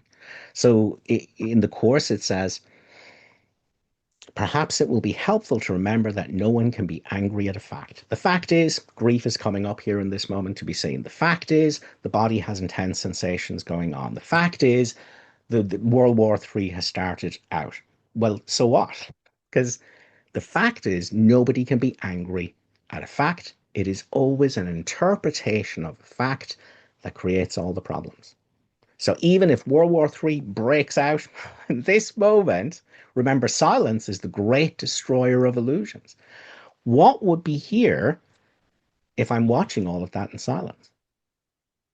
Exactly. It's just perfectly. Again, suffering is Yeah, the interpretation. The fact is what happens. yeah, So the fact is I am. yeah, Whatever thought I superimpose as the I am is the interpretation, which leads yes, to either suffering, or pain, or pleasure, or whatever the case may be. But in the end, the peace that surpasses all understanding is, once again, the fact that I am rest in this. And yeah. And along the same lines, we talked during the week for actually our 4.5 hour conversation, which still I shocks me. remember, Um, it was you mentioned how Bob Adamson in Australia said the same thing. Can there ever be a problem in this moment if I don't think about it? Can there be exactly. suffering about the sensations in my body if I don't think about them? Can there be suffering over the sadness that's here if I don't think about it? Can there be suffering over the grief if I don't think about it? Bizarrely, the answer is no. We think experience is the reason for our suffering, but the Course is emphatic. The reason for the suffering is your resistance to experience, your belief that this moment should be different than it is, that salvation is not in this moment, that the mind tells me it's in the next moment when I have a different emotion, but it's not. Salvation is discovered when this moment is forgiven, when this moment is allowed to be exactly as it is, without grasping and without grievance. What will be here in this moment when I let all things be exactly as they are? And we say I am, but we're not talking about that as a thought. We're talking about that as the experience of beingness that's here before a story is added to it. Exactly. Yeah, That's the I am. yeah. And what the Course is talking about in terms of the holy instant, in terms of becoming, the Course does use the terms awakening. How can the Son of God awaken from the dream? It's a dream of judgment. So must he judge not and he'll awaken. It's always this moment accepted as though I chose it. Mm-hmm. That'll get you there. That'll get you beyond thoughts. That'll get you beyond the mind's arguments. Is that every moment must be accepted as though it's what I chose. And as the dreamer of the world, you did. As the dreamer of the dream, there's no one else to blame. And so the correction from within the dream is, but what if I let this moment be, including the messiness and the sadness and the grief of the whole thing? What if I just met this as though I chose this? Yeah, and that's something beautiful that you just reiterated it, because that's, again, we're going back to what we're pointing to here.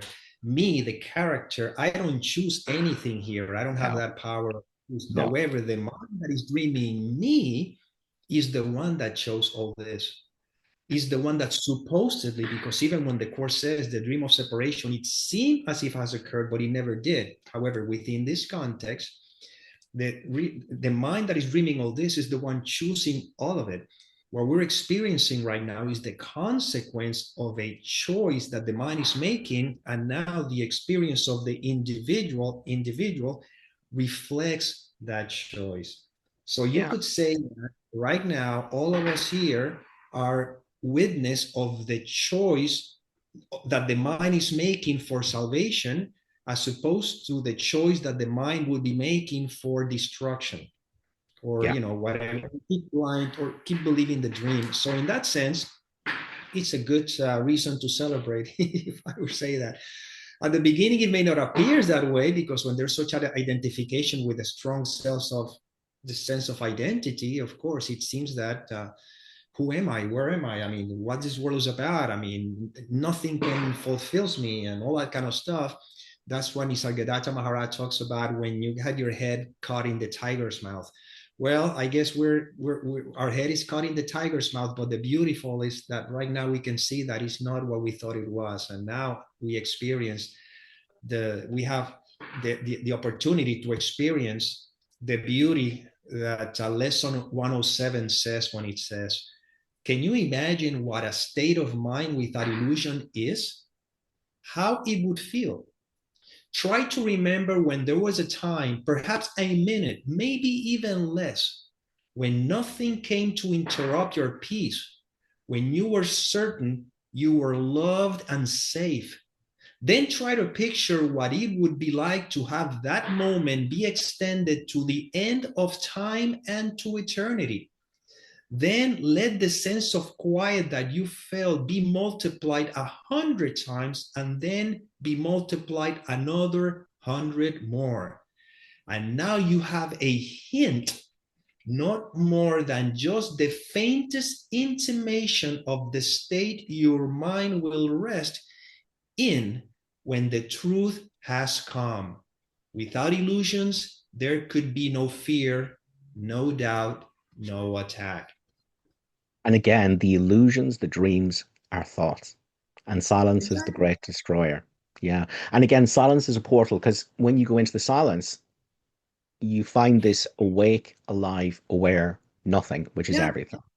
And now you Yes. realize that because this is what you are, you realize this is the dreamer of the dream. This is the dreamer appearing as his dream, and there's no separateness anywhere. And that's the awakening.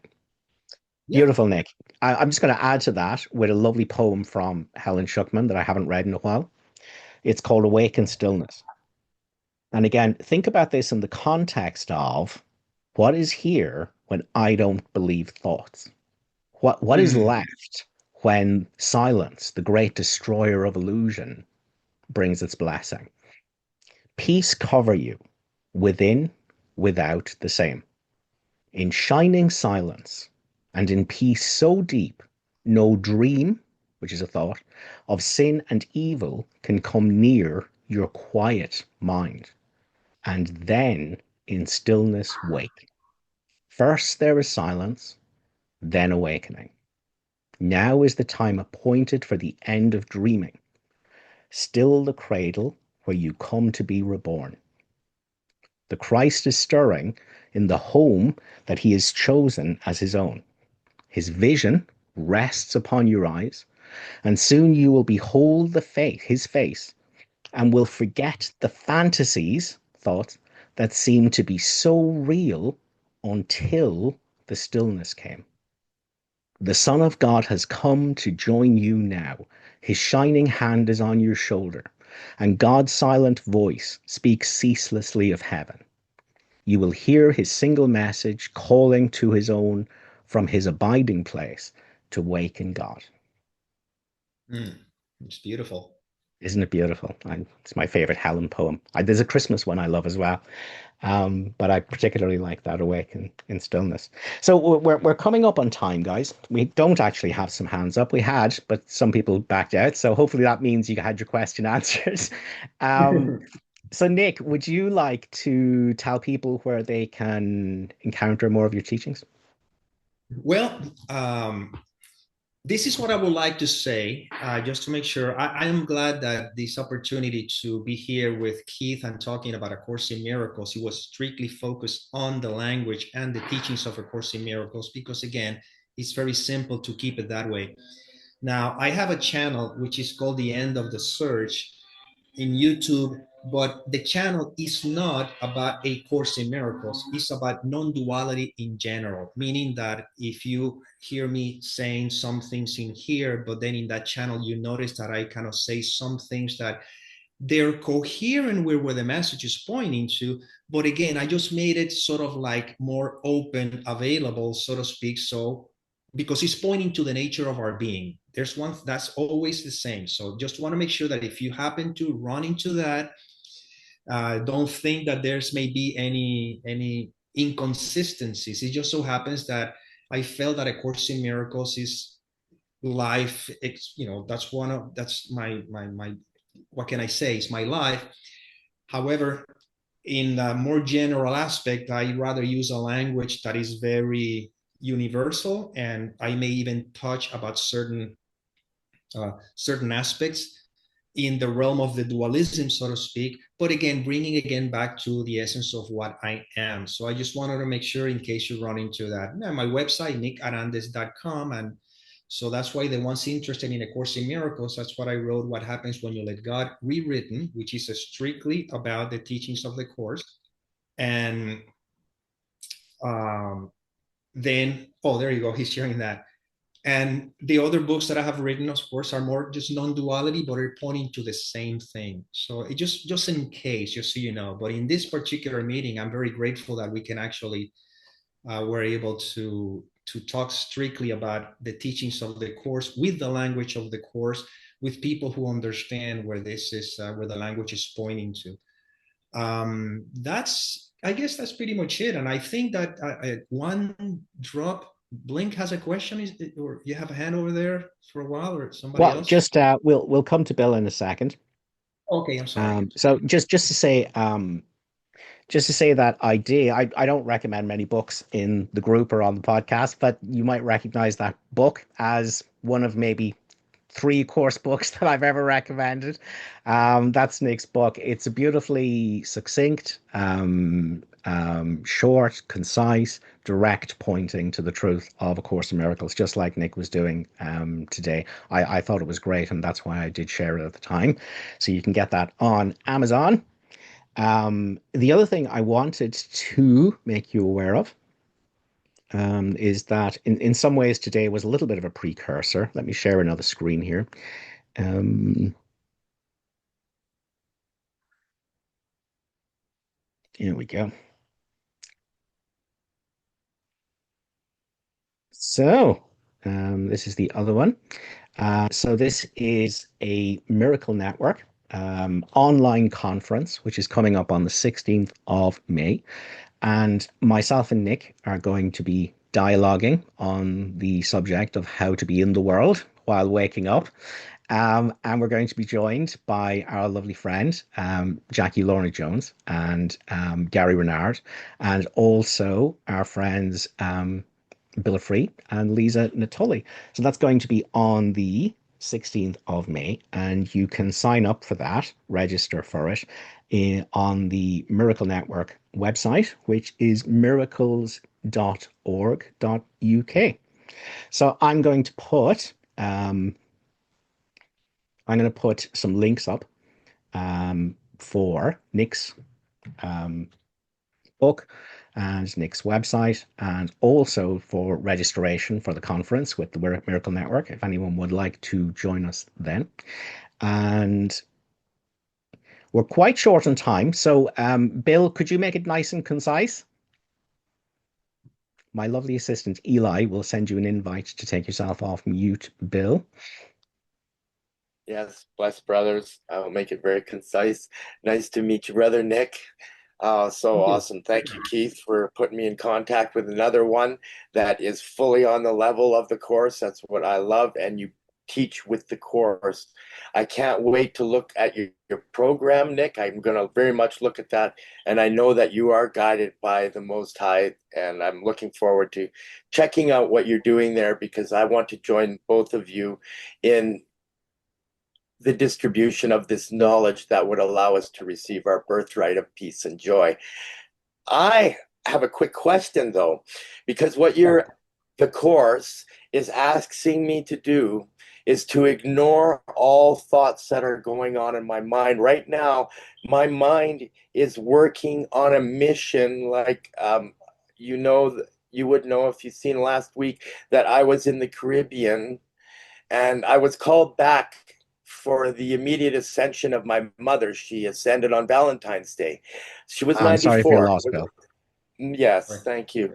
I accept it 100%. I feel no grief. I will not allow my thoughts to allow that. I'm not feeling it. If they did feel it, I would honor it because you asked me to honor whatever I'm feeling. But I don't have any because I know that we are perfect and this is nothing. So I won't allow it. My question though is if I do not allow my thoughts, which is the rebuild that's I'm being initiated to do after the hurricane in Jamaica, if I'm not listening to my thoughts and I can't plan anything, then that must stop, because that really can't go on if I'm not listening. Nothing can go on. I'm worried about that. Well, look, Bill, Stopping listening. remember, well, what we're not saying is that thoughts are the problem. We're saying identification with thoughts is the problem. And what we're also saying is that not all thoughts are problematic. The problematic thoughts are the selfing thoughts and the seeking thoughts and the grievance thoughts that are automatic. This is the compulsive thinking that's going, it's the judgmental mind. It's the one that's mad for interpretation instead of acceptance. Now, when there is acceptance and when the judgment stops, now the mind can be a vehicle for insight, for intuition. Okay. So, you know, we're not saying that we're not launching a war against thoughts. That's never going to work, right? What we're saying is it's the identification with thoughts. It's the backwards extrapolating of an ego that's seeking and resisting from thoughts that's problematic. We're claiming identity back from thoughts. And when you claim identity back from thoughts, thoughts are now a tool that you pick up and use for a purpose, or that can be a vehicle for insight, for intuition. But but not for getting sucked back into mad analysis and compulsive thoughts that you can't turn off. That's the only problematic thing. When thought isn't compulsive, then it's now a device, it's a tool. Like the body, it's a communication device. And I mean, you're never going to be able to get away from using thoughts to do your taxes, or to build a rocket ship, or to make a shopping list. Then there's still, but you see, now thought isn't using you. You see, you're using thought. That's the difference. So thought is always, so again, the mind, is an interface with the world. The problem is the selfing, the self-reflective nature of thoughts that makes you misperceive what you are.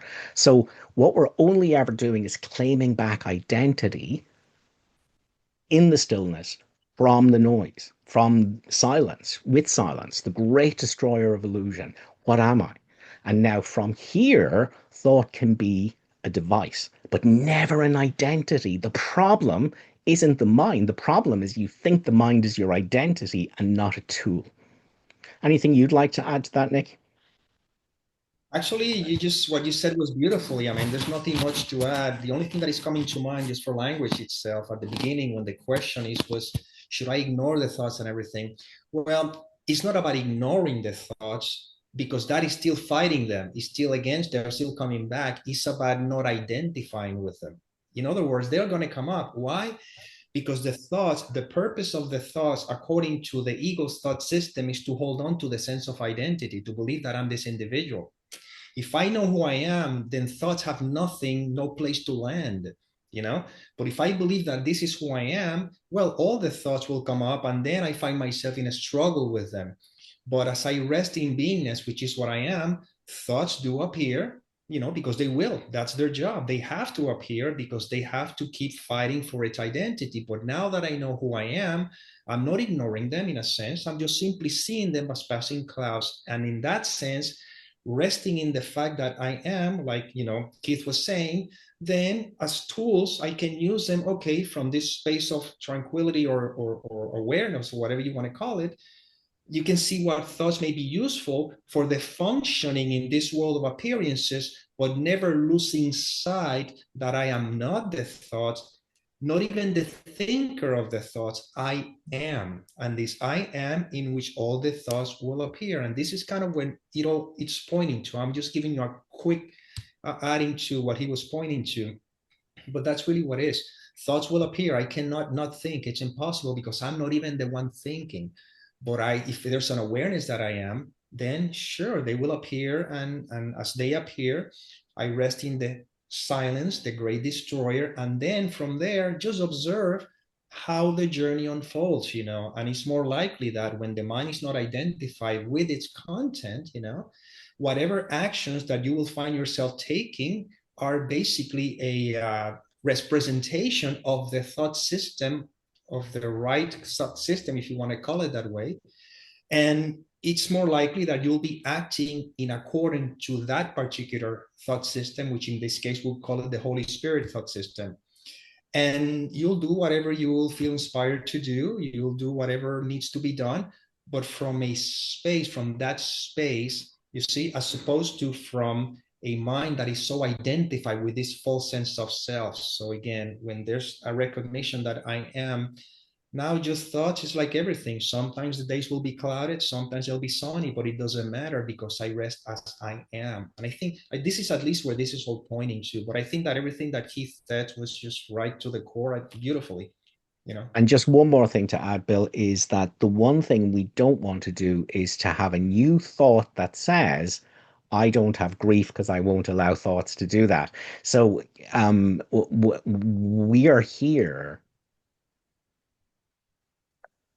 Language is tricky. Okay, the mind that's Yeah. dreaming the world is transmuting sadness, guilt, fear, anger through the dream figure. Okay.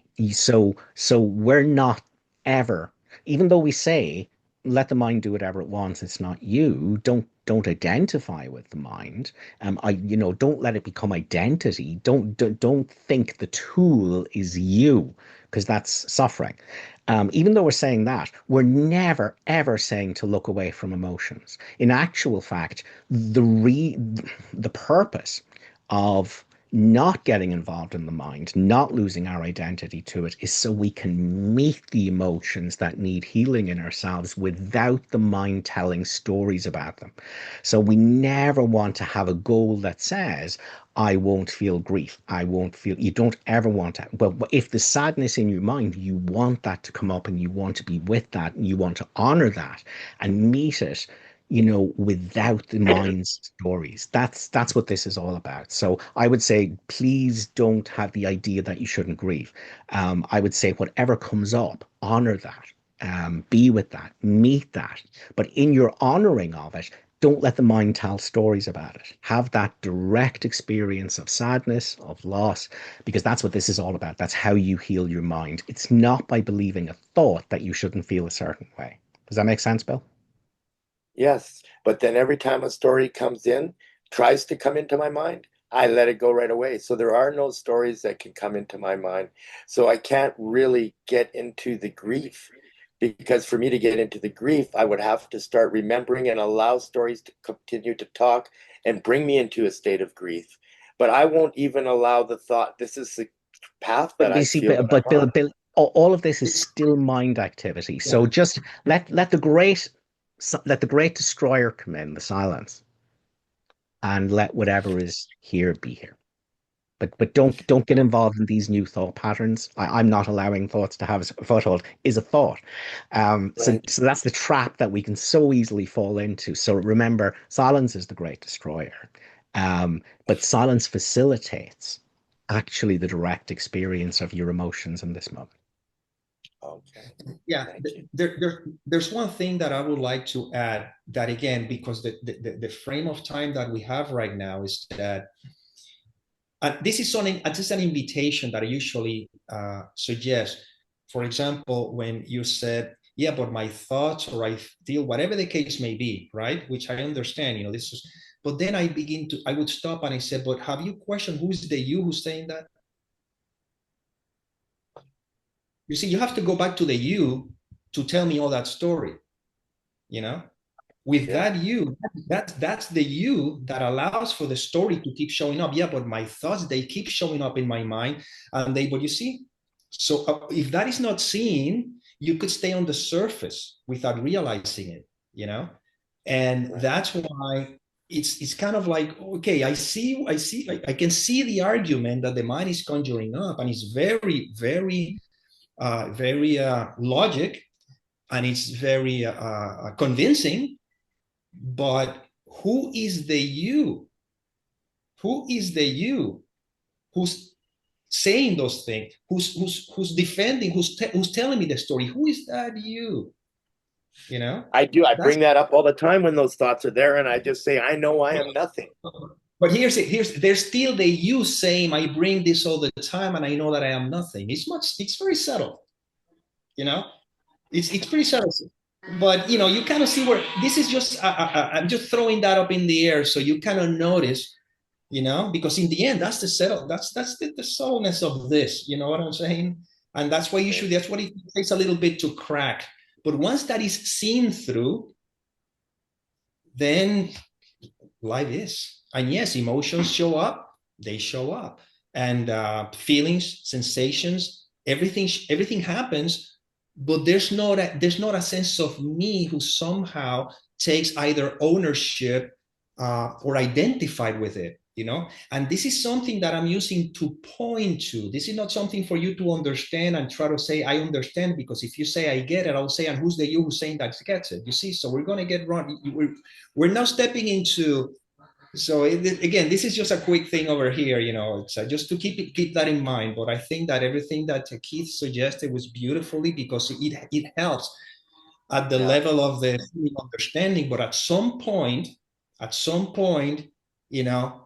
going to have to jump from the 10-meter platform. You know what I'm saying? And I'm inviting you to see the one that's still okay. But I want to see how it's going to feel when I get to. What? Just keep walking, just keep walking, keep walking. Breathe in, trust. It's So that's kind of like I always usually kind of remind. Okay, yeah, but let's look at that. Just a Yeah, pointer. Don't beautiful, worry about. Nick. Just deal It's with just that. an invitation to go a little bit deeper, Bill, and again to never forget that salvation is the escape from concepts, including the concept that I'm doing this with my mind and I'm going to get to a certain place and my emotions will be. These are all concepts. You see, again, what's here in the silence? Is there any spiritual path? Is there anyone on a spiritual path? Is there anything to attain? Is there anyone to attain it? When the silence comes, when the silence comes, is there anyone on the ladder? Is there a ladder? See, this is the invitation is to go all the way. So the biggest practice in the beginning is learn to recognize thoughts as thoughts. Because we're so identified with them, we don't even think we're thinking them and that there's thoughts going on and I have a new concept and I'm going to do something and get somewhere. And we're just in the dead thought world. We're in the illusion. We're in the wild illusion.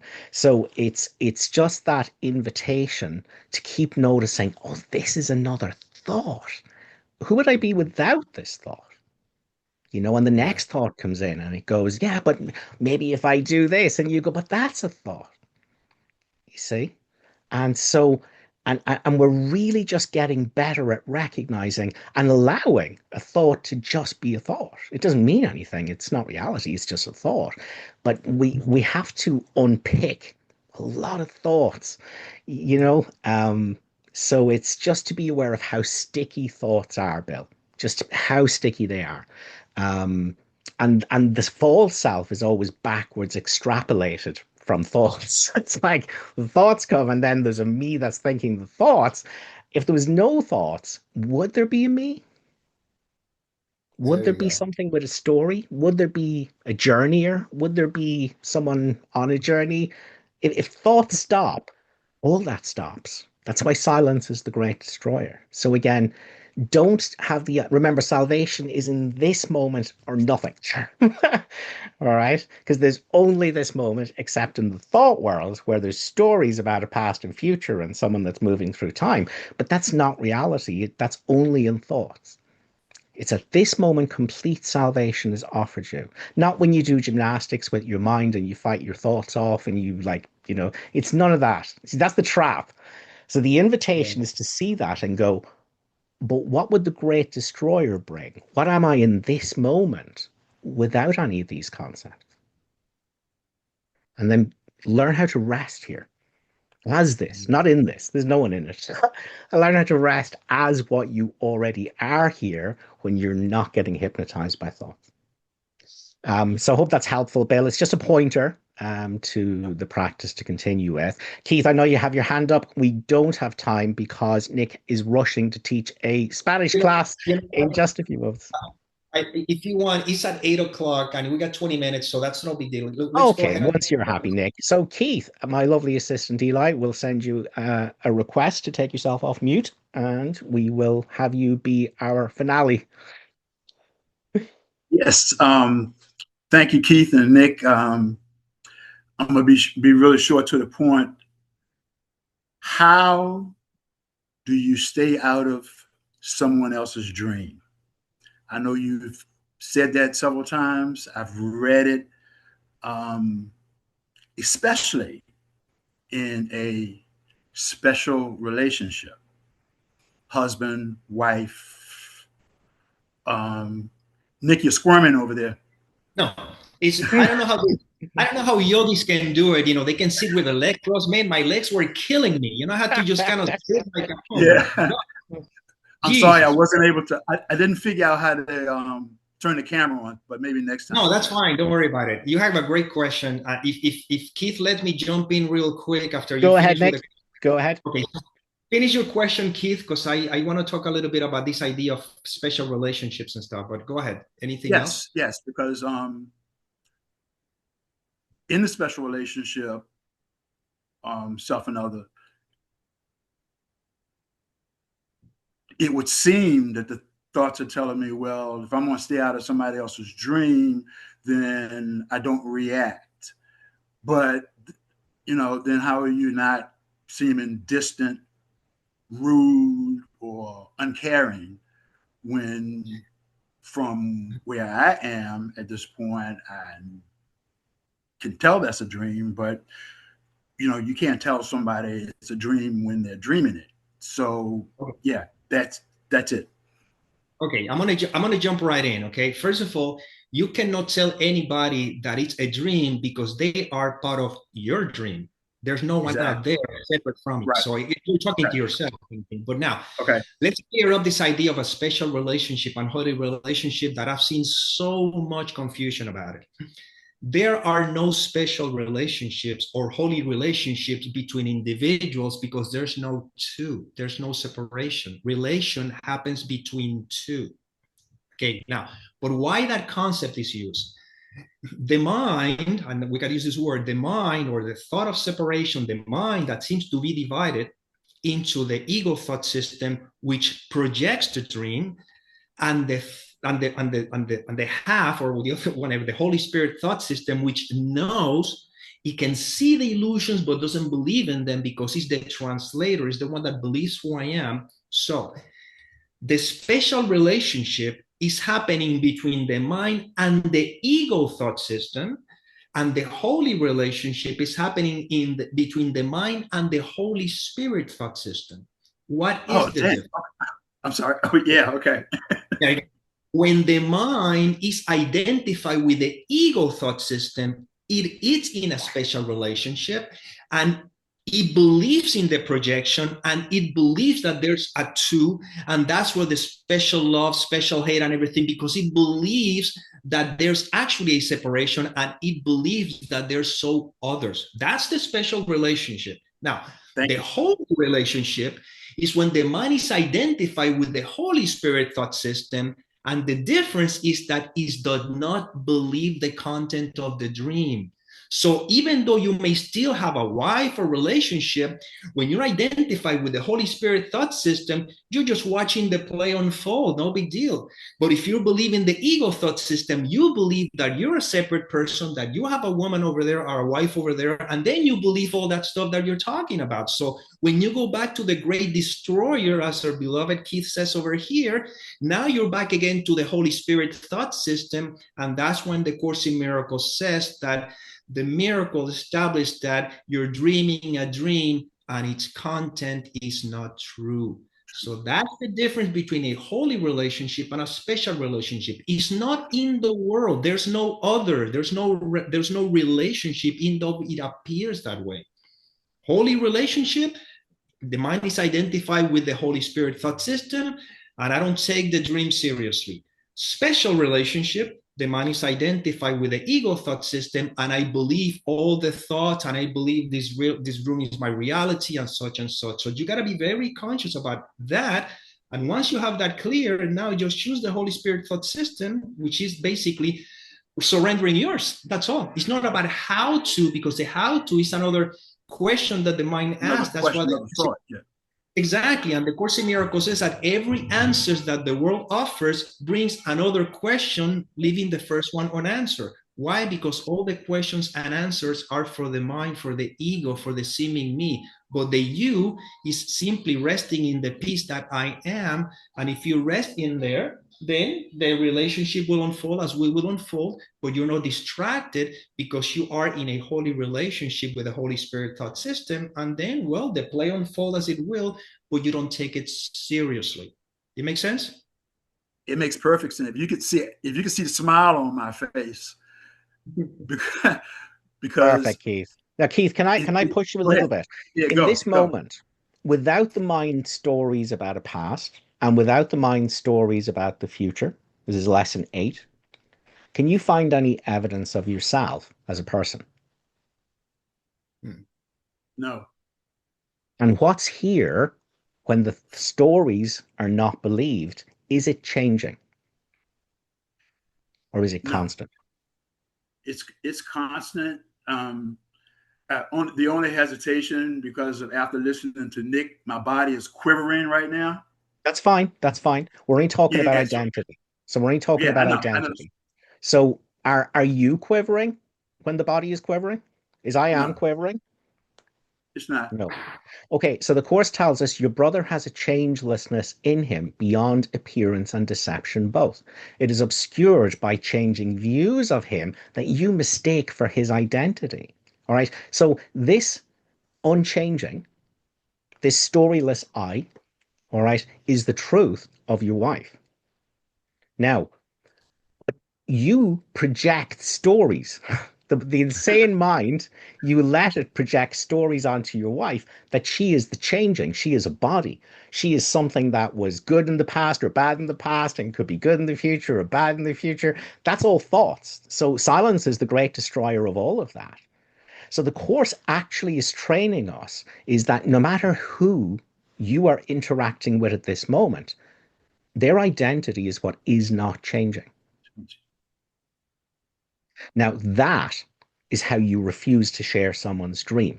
Because if I am is the truth of what you are, it's not just the truth of what you are. That is the truth of what everyone is. One I am. So by you, as Nick has been saying all the way through, disidentifying from the wild illusion mind, not shutting it up, not fighting it, not trying to fix it, not trying to change it, but disidentifying from it to know what isn't changing in you. Now identity is shared. This is what isn't changing in your wife. So when you choose against all the thoughts you have in your mind about what your wife should do and she shouldn't do and what she should do to fix herself and she should be more spiritual and how do I tell her to be more spiritual, they're all thoughts. Silence destroys all of that. And now when you stop getting involved in that, the changelessness is known as what you are. But when I'm healed, I'm not healed alone. It is not just what I am, it's what my wife is also. And all is well in this moment. Now you are not sharing the dream of Keith or the dream of Keith's missus. You are sharing an identity as the inviolable, as the invulnerable, as the quiet in the midst of the turmoil.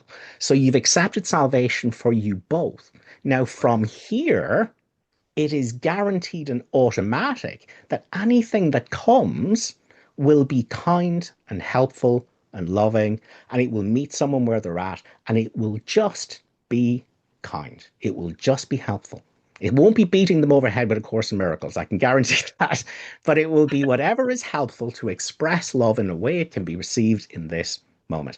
And that's how you do not share someone's dream. You refuse to see them as a body. You refuse to see them as the changing. But the way you first have to, the Course says you can't give what you haven't received. The way you come home, the way you come home to the truth of I am is by accepting your wife exactly as she is. Not listening to what thoughts have as a running commentary, Remember Nick's lovely definition of forgiveness. Forgiveness is the consequence of not believing the contents of the mind. Now there is the unchanging here, and that's what we are together. Now that's the holy relationship. Yeah, that's what I'm looking for. Perfect. That's what I'm looking for. Excellent stuff, Keith. Thanks for the question. Nick, thank Thanks, you for guys. joining us today. Thank you for staying a little bit later. We have a habit of going later here. Thank you. Guys, thanks a million for joining us. Everyone have a wonderful Sunday. I think I have to double check it with John Monday. I think I'm on with John Monday next week. We may not have our own live one, but I'll announce that in the group during the week. Thanks, guys. Cheers. Bye bye. Everybody.